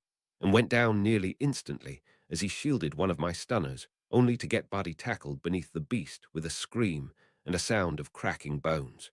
It couldn't have happened to a more deserving guy. Lestrange was more agile and managed to at least dodge until the beast was blocking me from getting at him. He started falling back and calling for help. I managed to line up a shot and stun one of the other Death Eaters that was charging through as backup, and drew my unicorn horn focus and waited. The Scroot almost managed to tackle the Lestrange brother, but he had clearly built up his hate very quickly and landed a killing curse into its underbelly as it reared up to smash him. You know how creatures void their bowels when they die? When Scroots do that, it's basically ignited napalm. I winced as the pool of fire quickly swamped Nart's twitching body and the Death Eater I'd stunned. As I was lining up my shot to hit the Lestrange with an exorcism charm, I heard someone shout, "Ridiculous," from where the rest of the Death Eaters were standing, so they'd clearly figured out the boggart finally. I was running out of time, but at least I had a lake of fire in between us. "He got Nart and Selwyn," Lestrange yelled to his remaining companions. "Guess that means we're down to you yo-yos from Nocturne Alley, huh?" I shouted at him, happy for the clarification of which 4 bad guys were left. Excorio. Sadly, he was as decent at dodging as he was realizing the point of my patter, and he managed to duck as my charm passed over his head. There was a shout of Avada Kedavra from the other side of the hedge to my right, as another hole was blown in the foliage, allowing them access to flank me. I had not counted on them figuring that out so quickly. Fire pool and a smart opponent in front of me. At least one, but possibly 3 bad guys on my right. Hedge on my left. And I'd been opening myself up to fire if I tried to retreat further past the new hole in the wall. I was in a pretty tight spot, with only the school's fortune wards and vague belief in the rule of 3 helping me out. I backed into a corner to at least protect my back, raised a shield, and hoped for an easy shot, but winced as I heard another shouted Avada Kedavra. From the other side of the new hole, May dash. "How dare you?" Maeve's voice sounded from further to my right, past the new hole in the hedge. Since no killing curse came my way, I assumed that they'd actually shot the spell at her. She jogged into view and she dodged. "Finite incantatum. Are we leaving the Malfoy girl alive?" Dolohov shouted after hexing out her camera. "No, she's in it with Bella. Kill all 3, Crouch ordered from closer to the pool of fire. I assumed that meant that Dolohov or the other Lestrange had opened up the new hole, and Crouch was trying to figure out how to pin me from my left with the smarter Lestrange. I definitely considered whether I could just let them all kill each other and save myself a lot of trouble. But even without the camera keeping her honest, I expected Maeve wouldn't last long against multiple wizards happy to cast the killing curse. And as much as I kind of hated the she-princess, I liked her better than Death Eaters. Plus, she probably wouldn't be grateful if I helped out, but she'd for sure be furious if I didn't and she survived. "Maeve, temporary truce against these guys," I yelled, rushing toward the hole and keeping an eye on the Lestrange across the fire. "Acceptable," she agreed, over the sound of shattering ice, probably having raised a wall of it to block a curse. "You 3 know not the plans with which you interfere in your petty strivings. There are 4 left," I warned her, diving through the hole and incanting Excorio at the first cloaked shape I saw. Sadly, they had all gotten the memo that they needed to dodge that, and my cast went wide. As I moved into the new corridor, I had a moment to realize that Maeve's powers were at their low ebb, as it was fully into summer. While she was still doing an excellent job of dodging spells and firing ice at the Death Eaters, it was much less ferocious than when I'd fought her months earlier. Without me splitting their focus, she might honestly have been little more than a speed bump for the Death Eaters that were still between me and the route to the center. But even with her powers diminished, with the 2 of us, things suddenly got a lot more even. We never fought together, but we had fought each other, and had a good idea of what the other could do. Like with most of my allies, she quickly picked up on the idea of using me as mobile cover as I put up an oversized shield and started moving forward. I was gambling a lot on them being too winded to use another killing curse right away, as non-green spells began to wash off. I could hear her dashing back and forth behind me, conjuring ice and illusions as we began to push our enemies back. I still didn't see the other Lestrange joining in, and I warned her. 4th one might be coming from our left. Confirmed, she agreed, and I heard the crack of ice and a shout of pain from behind me, presumably as she gave him a nasty surprise just as he tried to flank us. In front, crouched Darlohav, and the other Lestrange brother had retreated to the holes in the hedges, giving themselves cover as we were exposed and moving down the corridor. They were backlit by the still-burning pile of scroot sludge, which might be in danger of burning down the whole maze if it kept going. And I was worried that one of them would get enough of a breather to try another killing curse in a moment. I was getting mystically tapped out just holding a shield against the barrage they were already trying. After her initial success, it seemed like Maeve was taking some effort to actually put her Lestrange fully down behind me, which was emboldening the people in front of me. Hoping she hadn't run far, I yelled, "Hey, Death Eaters, what has the head of a woman but the body of a beast?" "Your mother," the other Lestrange yelled. I had hoped someone would go for the insult rather than the obvious right answer. "Bad guess," I told him, then grinned like a maniac, as indeed a blur of tawny fur launched from the shadows in the corridor behind them, tackling Lestrange to the ground and dragging him back into the darkness faster than Crouch and Darlohav could react. The answer was Sphinx, and you were all meant to answer her riddle to proceed. They cast a couple of spells into the darkness, but failed to rescue their ally. It did give me time enough to drop my shield and try a stunner, which Darlohov barely managed to deflect. He moved back into the cover on my right, as on the left, Crouch began to insist, "Antonin, stop playing with them and finish it. They're two children and you're a champion duelist. We need to try to revive." His tirade cut off suddenly and Fleur's voice called out, "One down over air." "Mine's down as well," Maeve confirmed behind me. "Just Darlohov left," I shouted to Fleur. 3-on-1, Tony. Drop your wand and it's just stunners for you. I'm not going back to Azkaban," he insisted, the sound of his voice fading as he retreated down the corridor. "He must be able to teleport out in the center," I warned the girls. "Where the tournament prize is," Maeve suggested. Fleur charged across the opening ahead of us toward Darlohav, and it was suddenly a race. It wasn't actually a straight shot to the center, but we followed Darlohav through a right-hand turn and spied a golden cup sitting on a plinth a football field length away, making my eyes water at the space expansion. Fleur had begun with several yards of head start, but I had long legs. Maeve had started a little ways behind me, but she were annoyingly fast. We were neck and neck by the time Darlohav nearly tripped over the corpse of a giant spider they'd probably killed on the way in, and I was able to clip him with a stupefy.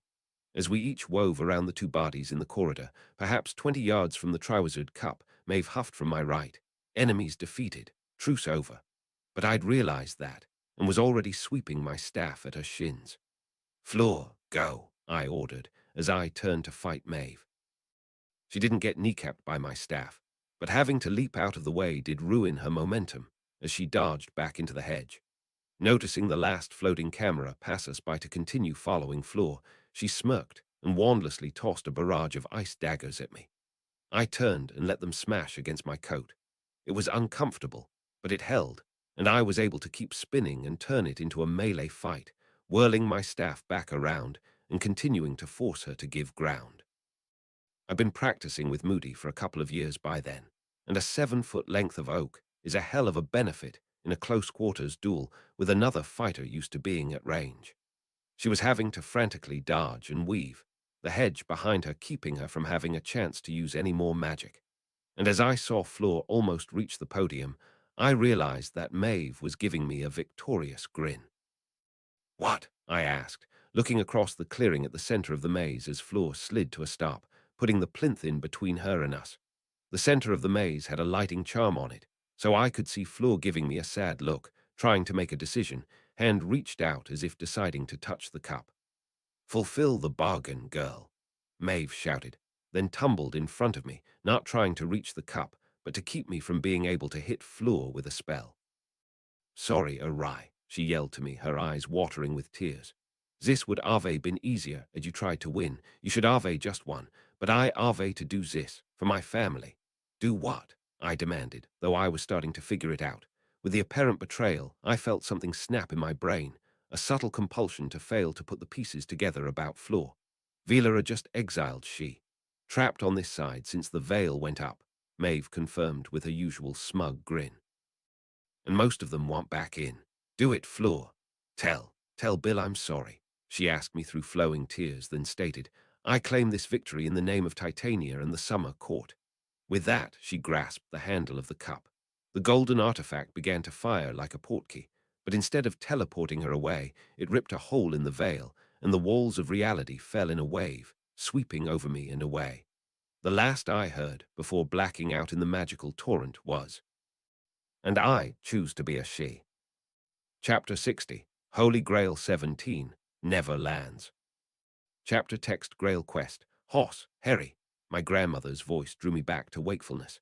I was sprawled on the ground near the center of the maze, and I looked over and saw Dolohov's body already bound in ropes. There was no sign of Fleur or Maeve, but McGonagall was looming over me looking extremely worried. Sky still looks right, so I assume we didn't get sucked into the Never Never, I observed slightly groggily. Harry's awake and seems okay, she shouted back.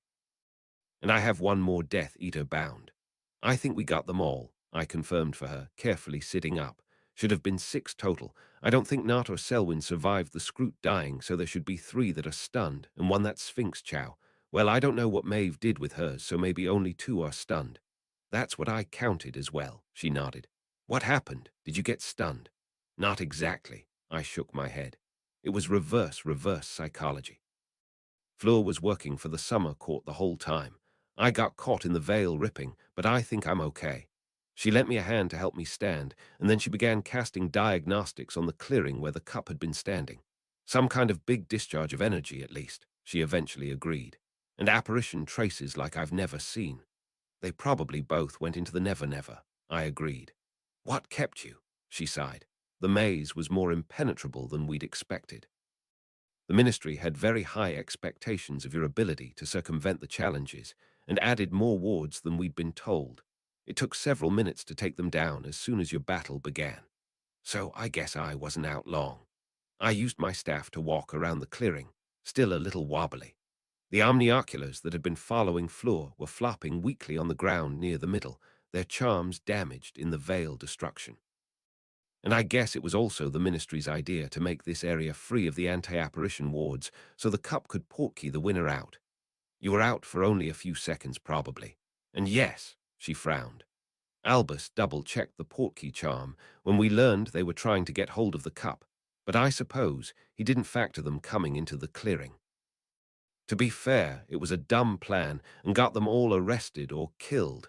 I shrugged, beginning to walk back out of the maze when there was nothing else to see in the clearing. I think they were desperate to seem relevant. We could just apparate from here, she suggested, seeing me leaving. You just wind up in the Never Never, I disagreed. Then I had a thought and explained, oh man, they need to get a daily prophet out immediately to tell people not to try to apparate until they've learned how to navigate the Never Never. Beginning to feel better, I started to jog out. Mobilicorpus, McGonagall cast, levitating Dolohov and moving after me. Oh yes, that isn't good at all. Back at the junction, Remus, Hagrid, and Phileas Flitwick were trying to figure out what to do with the battle scene. Clearly, knowing that she'd be escaping soon, Maeve hadn't just stunned her target. Phyllis was heating a pincushion of icicles the smart Lestrange had been impaled on. Hagrid was negotiating with the Sphinx for the other brother's mauled body, and Remus was putting out the last of the Scroot fire to try to recover Nart and Selwyn's bodies. It looked like Dolohov and Crouch would be the only ones that would survive to go to prison. I've sent for the auras, but with the wards they may have to walk in across the school grounds, Phileas explained as we walked up. Unless there are some already nearby, it's going to take however long it takes to fly here on a broom from London, I told them. Vale is gone. They won. I can unfortunately confirm that, Dumbledore said, landing in the clearing being carried in by clinging to Fox the Phoenix's tail feathers, of all things, like some patriarchal Mary Poppins. At least I was able to take the anti-flight charms down. The rest of the staff and the prefects are escorting the students back to their dormitories. What happened, Harry? I got played, sir, I began, and then quickly summed up everything that had happened since the Death Eaters hexed out my camera.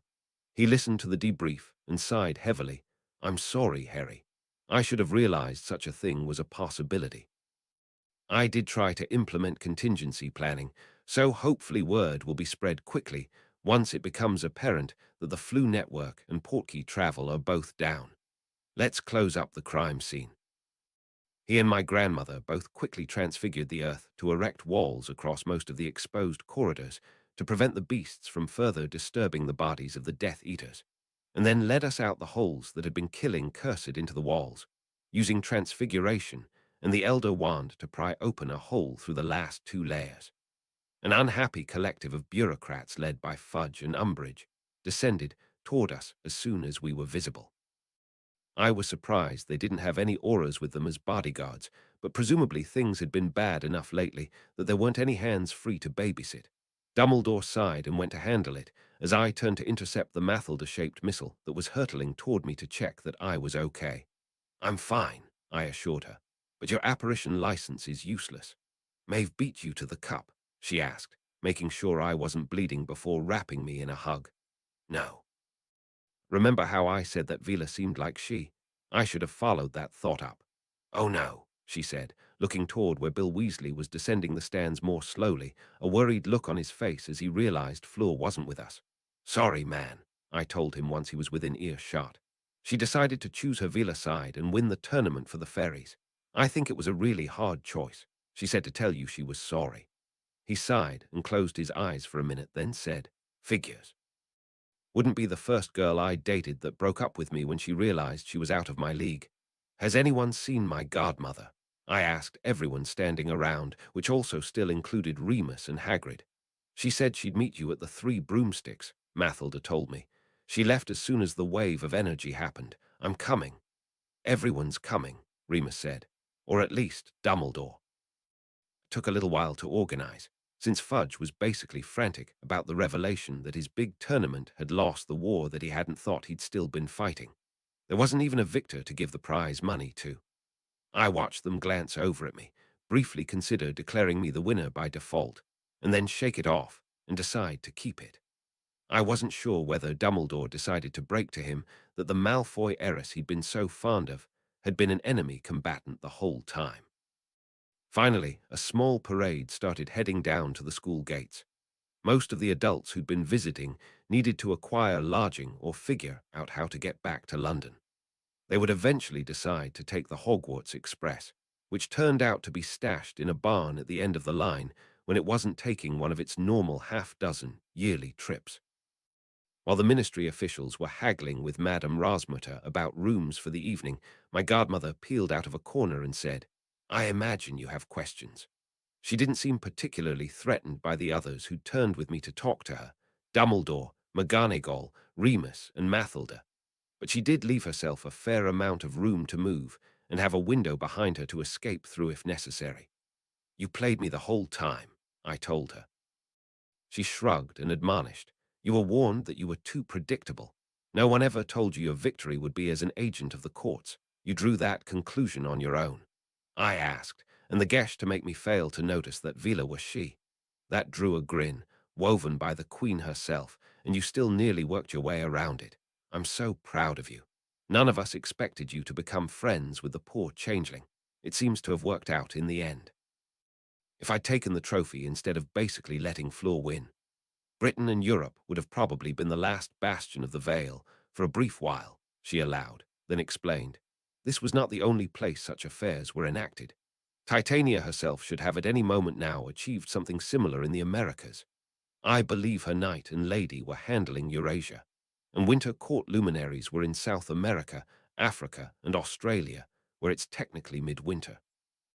Dumbledore sighed, closing his eyes, and admitted, "None of the other nations of the planet took my warnings seriously." He opened his eyes and fixed her with a stare that utterly failed to twinkle. "You owe us recompense." That got a faint smirk as she asked, "If you locked a family in their home and decided the bars on their front door were a useful place to hang your laundry, would they owe you when they finally escaped, tossing your wonderfully colorful robes to the ground?" Just because you built your society around the existence of a veil does not mean that its continued existence was owed to you. But I do owe my godson for the deception. It was unfair of me to manipulate him so. So for that I offer recompense. Follow me. Bring what witnesses you will. Authoritative ones for preference, not dolers, though. I've never been able to stand her. I figured it out. You have Voldemort stashed in town. Such a smart boy, she crooned.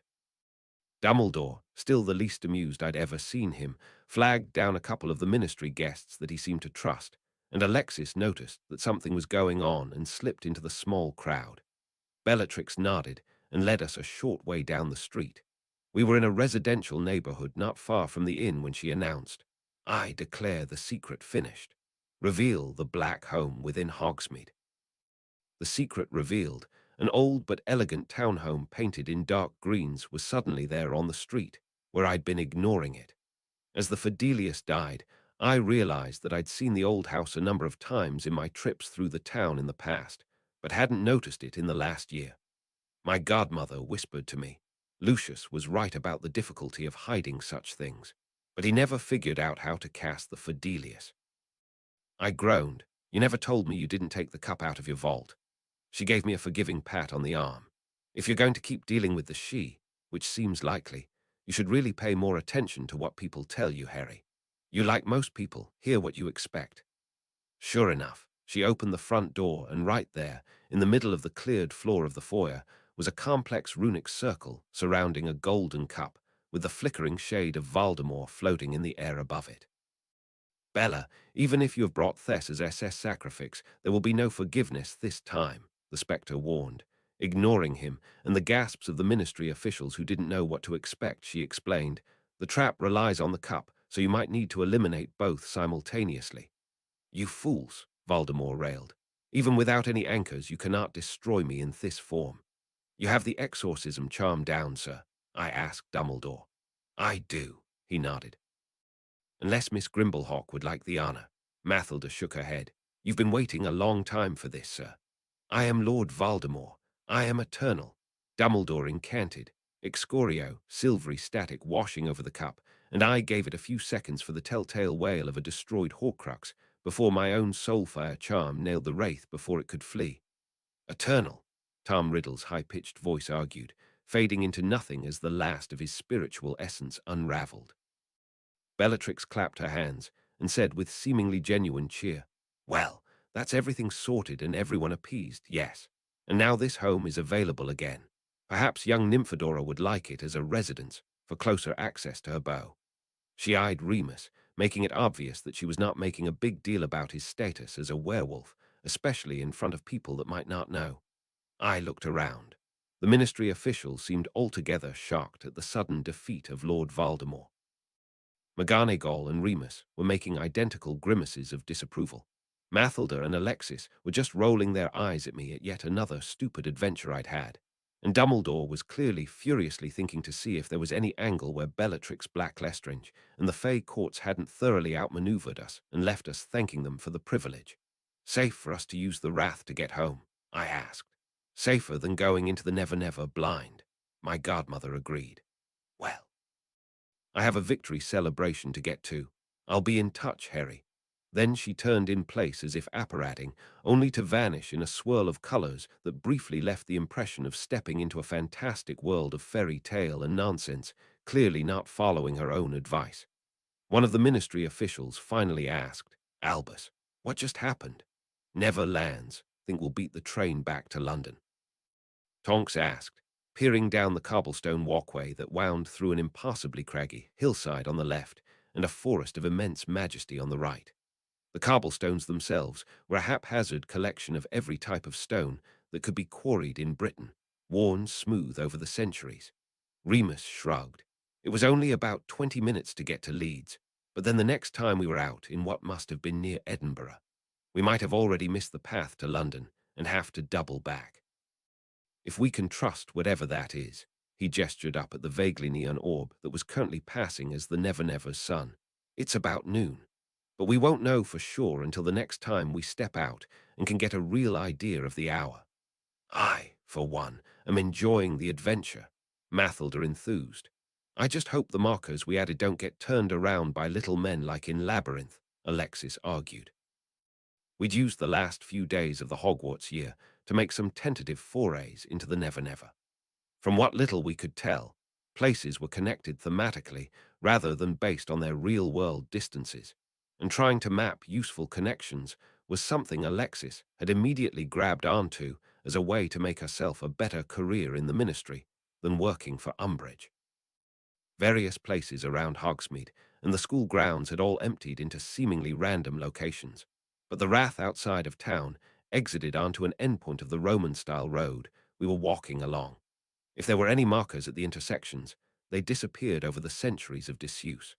But at least the road seemed stable enough, still connecting all the old ferry mounds of the British Isles. We'd been transfiguring signs to point back toward Hogsmeade at each crossing. It had been an interesting journey. The five of us decided to try to walk to London and see if we could beat the students returning home on the express. "I'm surprised we haven't been attacked," I observed, as we turned a sudden corner into a vast field of multicolored grain on one side and a steep cliff down to an ocean on the other, a small footpath promising an adventure down in the surf rather than a sudden drop to our deaths. "Ooh, there are runespurs out there in the fields," Mathilda gasped. "That's what I mean," I said. In each of the rapidly shifting fantasy environs we'd passed through, we'd spotted fantastic beasts or humanoid fae in the distance, but none had approached the road.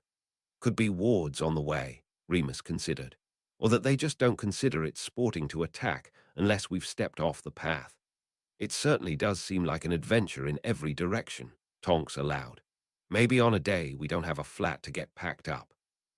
She'd flown to Hogwarts a few hours after the end of the tournament to help with the crime scene, and it hadn't taken her long to realize that my godmother's offer had merit. She'd already been thinking about getting a house in Hogsmeade, and that was when she could teleport there from London instantly. She'd already put in a request to work out of the town, assuming the Aura department was no longer going to be fully based out of London. She and Remus were heading back with us to pack up her apartment, but would be moving to Hogsmeade by the end of the summer. "This really isn't that bad," Alexis admitted. "Assuming we can find some consistent paths and aren't getting attacked all the time, it's slower than apparating or using the flu, but it's probably faster than driving." "You're just saying that because you didn't like apparating," I told her. "Maybe," she said. "But maybe it will also force more purebloods to think about using Muggle transportation. That can't be too bad." "Another endpoint up ahead," Tonks observed. "Hope this is a useful one, or we're doubling back to the crossroads in the peat bog." We came out on a hill in a park, and it took me a moment before I recognized it in the daylight. It had been years since I'd been there, after all. "London," I told everyone, pointing at an airliner clearly coming in for a landing above us. "A couple miles east of Heathrow." I wondered if the way had made it more likely that I'd be drawn to a Rath than I'd used before, or if it was just chance that it was one of the few in the city. "Oh, good," Remus said, getting his bearings. "There were some on your map a little closer, but that should be a pretty quick trip to the flat, and maybe a couple dozen miles back to High Wycombe." "We could call the night bus," Alexis suggested, then caught my look and realized. Right. The bus that used a complex collocation charm based on portkeys to be everywhere instantly. I wonder if it's even still running. Tonks frowned. "If they haven't thought of it yet, you should propose getting it and maybe some others back in service between magical locations, before idiot purebloods are flying in robes along the Thames because they don't want to walk." "You both okay to take public transit without us?" Remus checked. "I think there's a bus depot near an underground stop a mile or two that way. That's probably where we split up," I gestured, and then showed him on my marked-up atlas. "Travel with you there and split up then." Everyone nodded, and we set off. The walk was much nicer than it had been limping up the road in the middle of the night just before Christmas, for all that we'd already gotten a bit of a hike in navigating the Never Never. Nobody had exact change or a pass to get on the bus that passed us on the way and needed to pay at the station. Also, I think everyone was glancing at me as if to ask why I'd been here before. Mathilda, I'd tell later. Everyone else thankfully kept quiet about it. Even from my friends, it was still a secret that I'd escaped Hogwarts and thought about fleeing the country in my owl year. "Get home safe, you two," Tonks ordered us as they entered the underground station, while Mathilda and I figured out the transit route to our house. "And we'll owl," Alexis assured Mathilda. "Figure out when we can have another girls' night." I gave a subtle head shake as everyone but Remus glanced at me. I'm sure Percy and I can find something entertaining to occupy ourselves while you're out. Train's coming in, Remus announced, his hearing almost as good as mine. See you. Mathilda and I nearly fell asleep on the bus during the trip home. It was over an hour, and she grumbled quietly. I need to figure out a better disillusionment charm.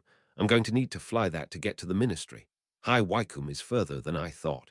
Yeah, I'm thinking about finishing learning to drive, but I think we'll probably need to find something much closer to town, I told her. I'm sure Penny and Percy already hate the commute. You're right, she realized. We don't need to live under Fidelius anymore. You got them all. Well, maybe not all of them. I'm not exactly putting our address in the phone book, but yeah, it should be a lot safer. Maybe. She gave me an amused smirk. In the business pages under Wizard. I'm sure the government would love that. While we'd seen a lot of each other the past few days, we hadn't really been alone since spring break. Needless to say, once we finally made it to the house, we didn't really leave the bedroom until we heard Percy and Penny get back from work. I know you're both back, Penny yelled. Your clothes fell off in a line from the front door to your bedroom. We brought takeaway, Percy added. If you will clean up your undergarments, you can share. A hasty shower later, and we stumbled downstairs. It's nice to have a new change of clothes, I realized out loud. Thanks for owling an extra set, though, I told Percy. For as often as I get stranded places in whatever I'm wearing, I really ought to just start carrying a whole set in my bag.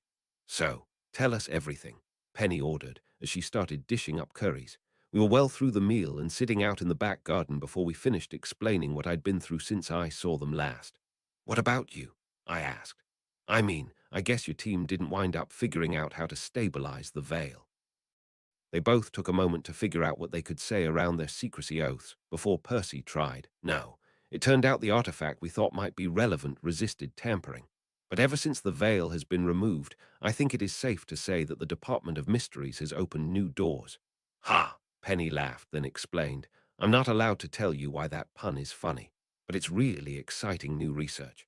You've been flying to the ministry, Penny checked. How is it? Not great, Penny admitted. At least we're good at disillusionment. Those that aren't have been getting a quick education, and I think Arthur Weasley slept in the office most of the week rather than make the trip back to Devon. But it's still nearly 30 miles as the witch flies. I don't fancy that trip once it's cold again, or if it's raining. We were talking about finding a place closer. I broached. Well, Percy said, before we get too deep into long-term planning. He looked around the yard, which really was pretty nice as the sun was starting to set over the nature preserve. I would rather not miss a wonderful moment waiting for a perfect one that may never come. It is basically high summer, isn't it? I said, and gave him an encouraging nod. Penny and Mathilda both looked between us, realizing I knew something that they didn't. Percy got off the bench and knelt down in the grass, not far from one of Remus' ornamental wolf statues, pulling a small box from a pocket. Penelope Clearwater, I would like nothing more than to spend the rest of my life with you. Will you marry me? Mathilda once again damn near broke my hand, holding in her squeals of excitement, until after Penny said, yes. We broke for a bit for them to have a private moment and to go find some kind of celebratory dessert in the kitchen. Maybe Tonks will sublet her flat to us, Mathilda figured. Isn't that too small for 4 people? Penny asked, overhearing. We just thought, my girlfriend began. Percy shook his head. Unless the 2 of you are eager to have your own house together, we are happy to continue to cohabitate until we move at least one more step up the pay structure. London is expensive, Penny agreed. We're deep into mapping out the neighborhoods between the ministry, Moody's house, and various other places we enjoyed being close to in London when it finally hit me. I'm planning for the future. Mathilda grinned. About time. Penny looked a little more sad as she realized. You didn't expect to make it. Not 100% confidence, I agreed. If the fairies and the Death Eaters had teamed up, rather than working so hard to get in each other's way, I wouldn't have. But you know who is gone. Mathilda said, none of his followers are still free, at least any that are good in a fight, and the fairies, well, they won. Percy sighed. That does seem like it would make even Maeve less likely to come after you seeking payback. I just feel like without the veil, there's going to be a new problem next week, I argued. That's next week, Mathilda shrugged, and maybe not even your problem. I would have felt better with a big climactic showdown against evil, I tried. Percy just rolled his eyes. You defeated 6 Death Eaters practically single-handedly and wanted a more climactic showdown. Penny explained. He wanted the Wraith of Voldemort to curse him within an inch of his life, only for Harry to pull off some last-second plan to destroy him, save the Veil, and have Maeve admit that she's a bad person who'll try to be nicer going forward. Well, kind of, I admitted. It's not like our adventures are over, Mathilda poked me. You're a detective. I'm going to have fantastic beasts to hunt. Those two have crazy stuff they can't tell us about. Fred and George graduate next year and will probably know where we live. Percy went pale at that one. We still have ice cream. It's a nice night. Let's hang out a while longer, go to bed, and then put up really strong silencing charms. It is our engagement night, Penny grinned. The world will still be here tomorrow. Let's plan to be here too, Mathilda concluded. I sighed, tried to shed years of fear and stress, and realized that it was going to be a process, rather than one final battle that suddenly fixes everything. But I had a bunch of people eager to help me with it. I smiled down at Mathilda and said, I can live with that. Epilogue. Case file. The she really did manage to take the veil out across the world in one concentrated strike. The changes were both smaller than expected and more pervasive than anyone could have imagined. Monsters did not come pouring out of the Never-Never, eager to eat mortals and blow the statute of secrecy. But they did slip out in greater numbers. Many of them started to fill up sewer systems and other underground spaces in larger cities. Some roamed the countryside, but seemed just as adept at avoiding Muggle cameras as they'd ever been.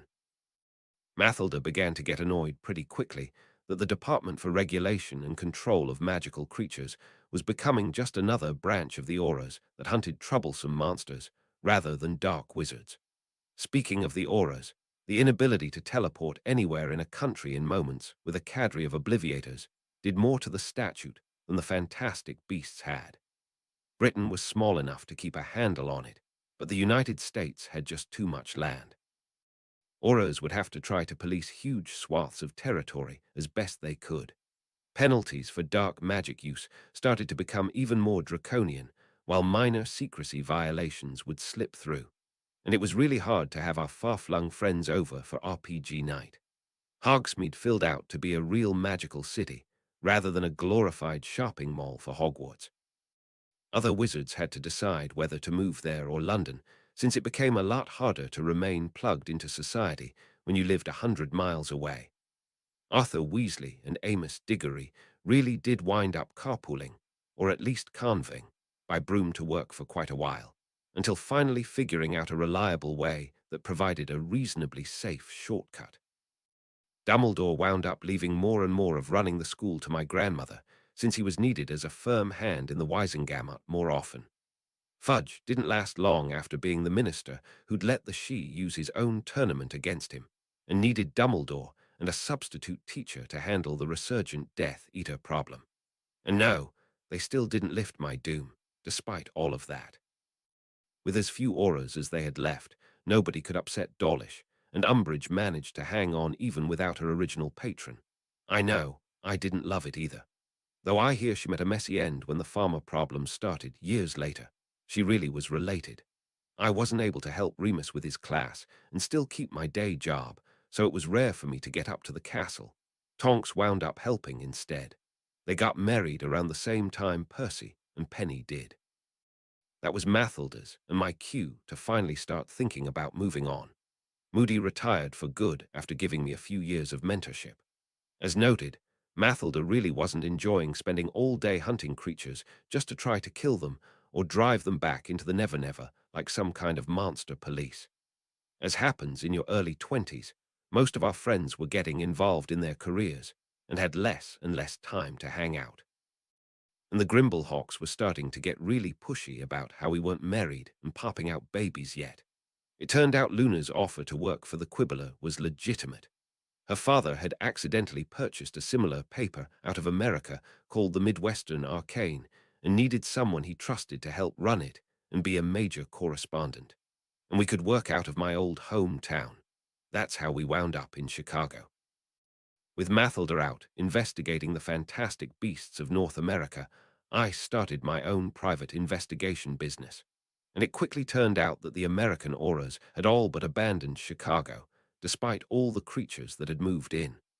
When the local police needed some help, and there seemed to be an idiot, yours truly, already helping out, it only made sense for them to employ him as a freelancer. No, I didn't actually put my name in the phone book under Wizard, but it made a funny story. In fact, I realized pretty quickly that, just like Remus had fictionalized his time at Hogwarts just enough to pass the statute of secrecy, I could change some features of my own adventures for print. Maybe you've heard of them. The Stormfront case practically wasn't that different from how I rewrote it. I think I wound up going so hard against John Markin because of how much he reminded me of Lucius Malfoy, who'd always gotten one over on me. Mathilda insisted I call her Susan Rodriguez for the novels, and suggested I treat her as a new romance, rather than explaining that we already lived together. The naked in a thunderstorm bit really did happen, though, because of Bob Dawlish happened to be in town just to check up on me, and absolutely tried to figure out how to arrest me for summoning a pixie. For Full Moon, I mostly just had to pretend that I hadn't already had a pretty thorough understanding of werewolves, so I could explain it for the audience. Loup-garou really are as scary as Bob had warned me. The alphas were a bunch of squibs that somehow managed to become animagi, but I never actually figured out what Terra West was or how she'd pulled that off. Grave Peril was where my several years of happiness finally crashed hard. A lot of that story was drawn from the events of Minute Year, but the practical reality was true. Mathilda tried backing me up on a case like she often did when she was available, and wound up finally paying the price she never allowed me to protect her from. Similarly to the second case, it was easier for the readers if I wrote it as if I'd never met Maeve and Mab during the events of Summer Night. In practical fact, I think they came to Chicago for their fight as some perverse attempt to cheer me up after what happened to Mathilda. After the events of Death Masks, I was never certain whether hell had just been waiting for the veil to drop to have more access to the world, or whether they'd always been around, and it had just forced them more out into the open. Much as with the previous cases, in Blood Rights I had to pretend I hadn't met Lara before as an easier way in for the reader. Her allure really did hit me much harder when I wasn't right there with my girlfriend. For all that her memory still protected me from being fed upon, Mavra was still very upset with me, and her flamethrower wound up setting off the old damage from Voldemort's cursed ring so my burned hand couldn't easily be healed. Bad times. For Dead Beat, I had to invent Kemmler as cover for Grindelwald. The war with the Red Court really was bad enough to have decimated the already stretched Aura forces so far that the Ichor decided to overlook the doom and draft me. Warden Lucio became a stand-in for Amula Bones. Proven Guilty and White Knight played out pretty similarly to how I wrote it, with the mild difference that I was already familiar with Darby Crane from when I first met Lara Wraith. Tom Riddle had originally been responsible for introducing my mother to the White King as an attempt to gain the White Court as allies for his war. I suspect that she was killed in a fit of pique for ruining that alliance when she couldn't take it anymore and left to meet my father. After those books, the world was getting weirder and weirder, and the Ichor weaker and weaker, such that I was barely having to change many details at all. Truth really is stranger than fiction, at least when you're a wizard.